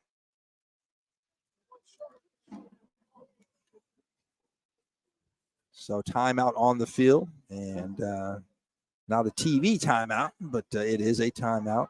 Stands starting to fill up here a little bit. I tell you, Edwin, I go back and we've said this before on the air, what many feel the greatest prep football game ever in this stadium was back in 1976 or maybe 75. Oh, and nowhere to go for that is Jarve Lindsay. Yeah. Big loss there, but you don't care. You just when I say you don't care, Rainier Beach, timeout on the field. That's Blanchet. 1:18 left to go. Do they add any more timeouts? Oh yeah, Blanchet's got 2 more. That was the first of their 3. But Edwin was Bishop Blanchet and Garfield. So our mayor, Bruce Harrell, was the star player, valedictorian at Garfield High School, linebacker. And they were loaded. You had Daryl Powell, Kevin Powell, Rodney Baker, Anthony. I mean, they were loaded. They were loaded. Who I'm leaving off, guys. I can't remember everybody who was on there, but that game went into 4 overtimes. I think I was in 8th grade, if I'm not mistaken, and I will never forget. This stadium was packed. It was standing room only. I've never seen more people here, and it was one of the greatest games. Blanchet won it. Joe Steele, Bruce Harrell went on to be teammates at UW. Yeah, back with Husky. Yep. And they were the creme de la creme of the prep players here in the Metro League. And again, like I said, our mayor went on and was the valedictorian as well. Handoff on the right side room, and out to this. It's going to be a first down. What a run, just dragging. Game over. Yep. That was that seals the deal. Takes it out past the 40-yard line, a first down. Oh, and Edwin, I see a flag back at the 30, 27-yard line. So It's going to come back. Man. Minute 13 left to play. Oh, my goodness. Boy, but I tell you. That's going to. At some point in time, you're going to have to admit that is ridiculous. Yeah. Because it hadn't happened until it gets down to, I almost said something stupid for the radio. I know my wife would have checked me. So let's see. Again, the officials, now they're talking to the Blanchet side. Officials coming out to the middle of the field. Let's see what he says. Hold it? Yeah, hold. Okay. Yeah. So that's going to come back, which was a fine run for a first down beyond the 40-yard line. But it's going to take it now back to the game. Yeah. Take it back to the 20. And, again, you still got a minute 13 left to play, and you're deep in your territory. The ball's back at the 17-yard line. One mistake. Yeah. And you lose. Right. So it's second down. Rainier Beach has got to get they've got to advance this ball and get it out of this the red zone. Because it pardon my grammar, it ain't over yet. Till it's over. Mm-hmm.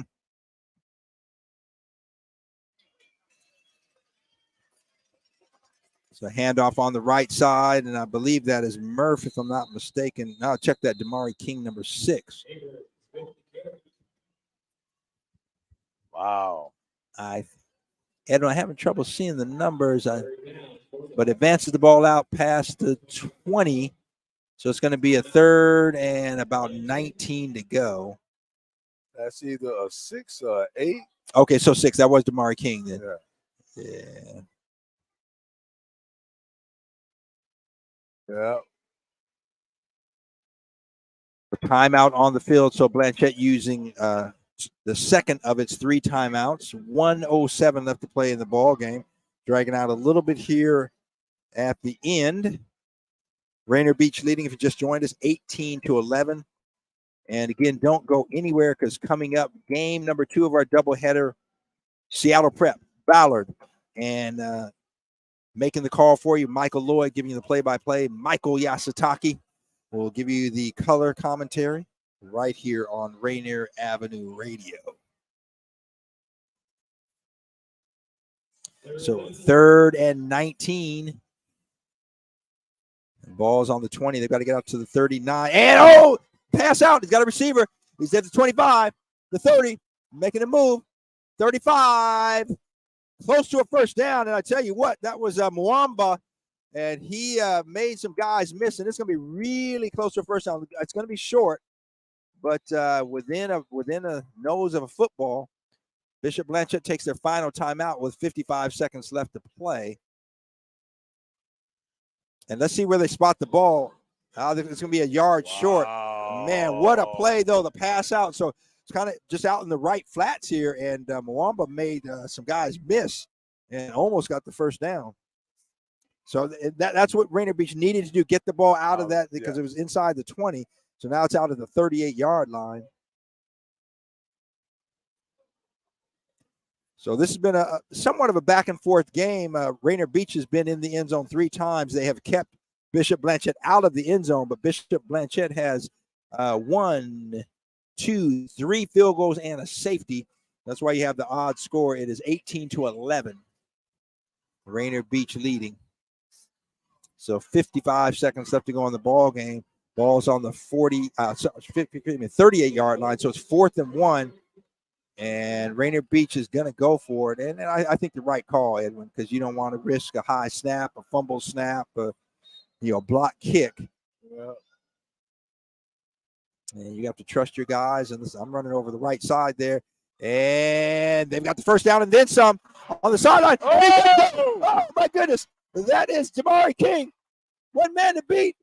And he's in. Damari King takes it 62 yards. Touchdown, Rainier Beach. That was the play of the year right there.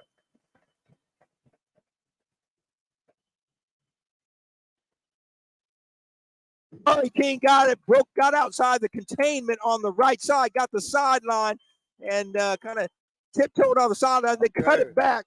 Walked the sideline like he was in the circus. Oh, my goodness. I tell you what, we have had some big plays here by the Rainier Beach Vikings. and none bigger than that. 62 yards, 6 points, Damari King, and it is over. Yeah. Even though we got 42 seconds left, Dandy Don singing from his grave. It's all over but the shouting. Yes, indeed. Those of you too young to know, back in that Monday Night Football, and Don Meredith, who was quarterback for the Dallas Cowboys, and then in the booth, and he was hilarious. And whenever going for this 2-point extra point, and it is good. Throws it in for the 2-point conversion, so they convert it, and that makes the score 24-11. Don't ever leave your man uncovered. Well, and I tell you what, the freshman quarterback, James Siva, was scrambling around and sucked the defense in, and they let a man get behind him. Yeah. And he threw the extra point there. We had Don Meredith, I was going to say, in the booth. And it was just fun, had that Southern accent. Yes, but sir. Whenever the game was, out of reach and, maybe a couple minutes left, you hear him singing, "Turn out the lights, the party's over." So, for those of you that don't know what that reference is, that's what we're talking about. Hey, let my brother. He'll sing it in a heartbeat for the Cowboys. Only time he ever pulled against the Cowboys when the Seahawks played them in '86. And I would imagine that's because of number 65, his blood was out there on the field. But he wasn't looking at the game.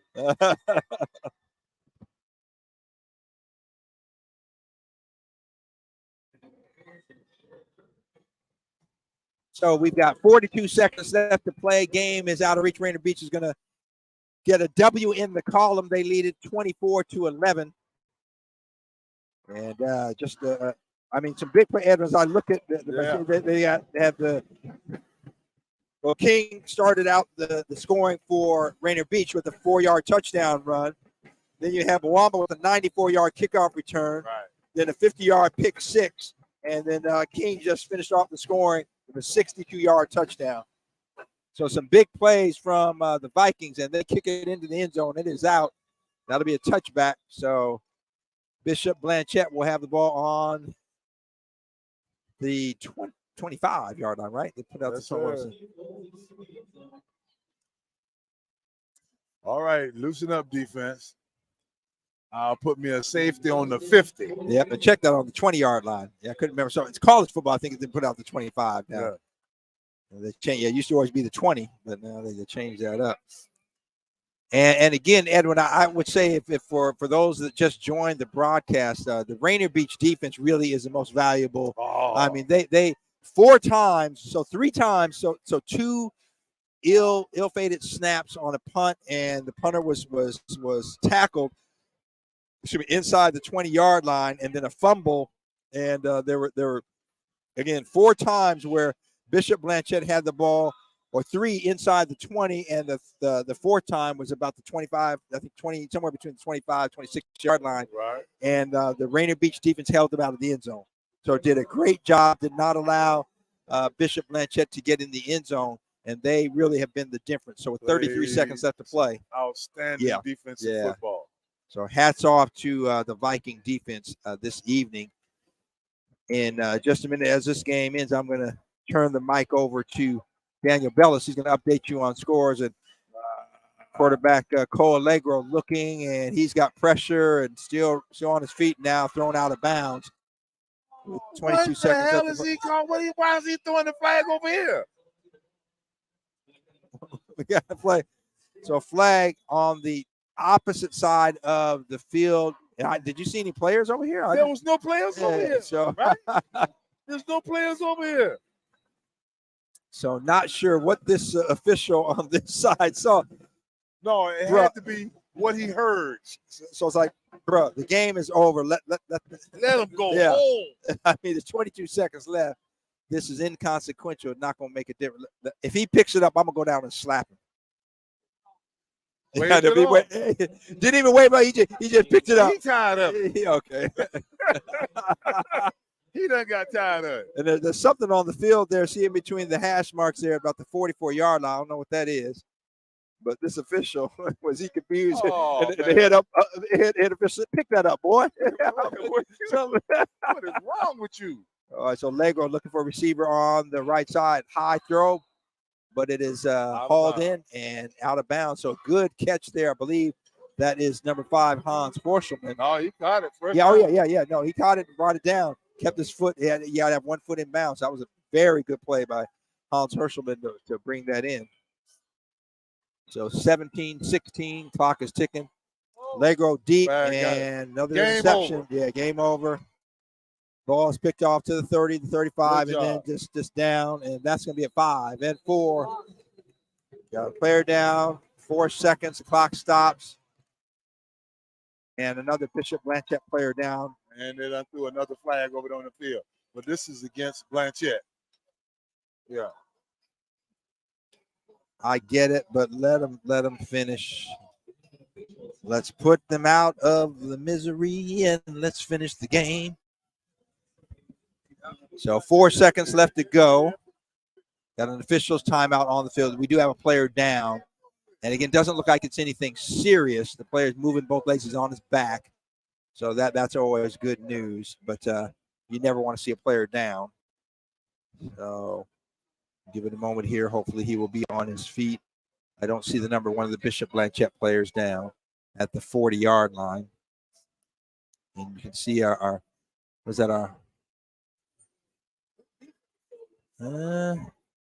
yeah, I apologize. I do not see the number of the player. We'll get that to you as soon as we can. So with 4 seconds left to go on the ball game, Rainier Beach leading Bishop Blanchet 24-11. Again, don't go anywhere. Seattle Prep and Ballard coming up next. Both teams on the field here. Ballard is on the south side, I believe it is. I'm trying to get my directions. I'm going to call it the south, maybe the east side. Yeah, I think this field actually goes east and west. So Ballard on the east side and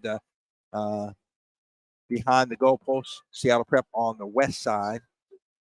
And now the player's sitting up, so that is good. That's a good sign. Edwin, I think maybe in some cases players being dehydrated, having cramps, whatever the case may be. And that does look like it's quarterback Cole Allegro. Yep, and he's walking out. Yeah, I tend to think it might be a cramp because he's limping just a little bit. But he is walking off under his own power. A little bit of help from one of the coaches there, but he is okay. That is good news. Tough kid because he's been down a couple of times and back in the game. So really good news. We don't want to see anytime at any level, you don't want to see anybody injured. But the reality is football is a contact sport. And I always tell people, I say it's not a matter of if, it's a matter of when. For most players, it's going to suffer some kind of injury. So as they get the players set, mark off the penalty yardage. Rainier Beach will have it 1st and 10 on its own 28-yard line with 4 seconds left to play.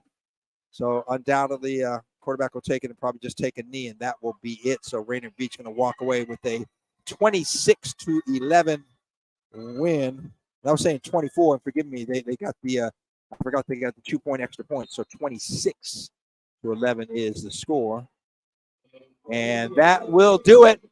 Rainier Beach, the winner here in game number 1 by a score of 26-11 over Bishop Blanchet. Don't go anywhere. I'm going to throw it to Daniel Bellis. He'll give you some updates on scores, other games going on around the city and the state. And then game number 2, Seattle Prep and Ballard. We will hand the mics over to Michael Lloyd and Mike Yashitaki for Edwin Bailey, for Daniel Bellis. Thanks for joining us for game number 1. I'm Rick DuPree. And again, until next week, throw it over to Daniel Bellis. Daniel?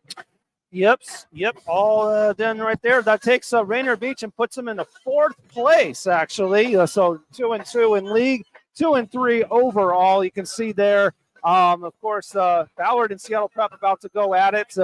Sitting there in 5th place, tied up at 1-3. This drops Bishop Blanchet down to 7th. Lincoln, of course, winless. They are playing against O'Day tonight. We're getting no scores from them, unfortunately, but I guess no one's reporting it because it's the equivalent of the Chiefs playing the Bears. So, it is what it is. And in the Sound Division, of course, most of those games happening tomorrow. The big one to watch out for is definitely between Roosevelt and Ingram, who are both undefeated in league. That'll more than likely decide the Sound Championship. In the big board for the top 20, And you can take a look at that real quick, and you can see that Eastside Catholic and Garfield have played one half of a quarter of football so far, and it is scoreless. It is an offensive affair in the Westco between Arlington and Marysville-Pilchuck, 21-7. Kennewick's in the hole after giving 2 scores to Richland. They finally are on the board, 14-7. Second quarter just started for them. Mount Spokane trailing Central Valley over there, 7-6. Second quarter, halfway through there. And Mountain View dominating their game against Prairie. First quarter almost over there. Lincoln of Tacoma is easy cruising against Stadium, 20-0. Second quarter, 7 minutes left there in the half. Timberline, North Thurston, it's all Timberline. 4 touchdowns for them, 28-0. Second quarter, 9 minutes left. And in the Pierce County, it's all Mount Tacoma over Bonnie Lake in the battle of number 19 versus number 20. Second quarter, 6 minutes left. Mount Tacoma leads 13-0. We'll be right back with Seattle Prep and Ballard right after we send you to pre-recorded content. And when we come back, it looks like in about 15 or so minutes, Michael Lloyd and Mike Yasutaki will have your call. Keep it right here on your community radio station, Rainier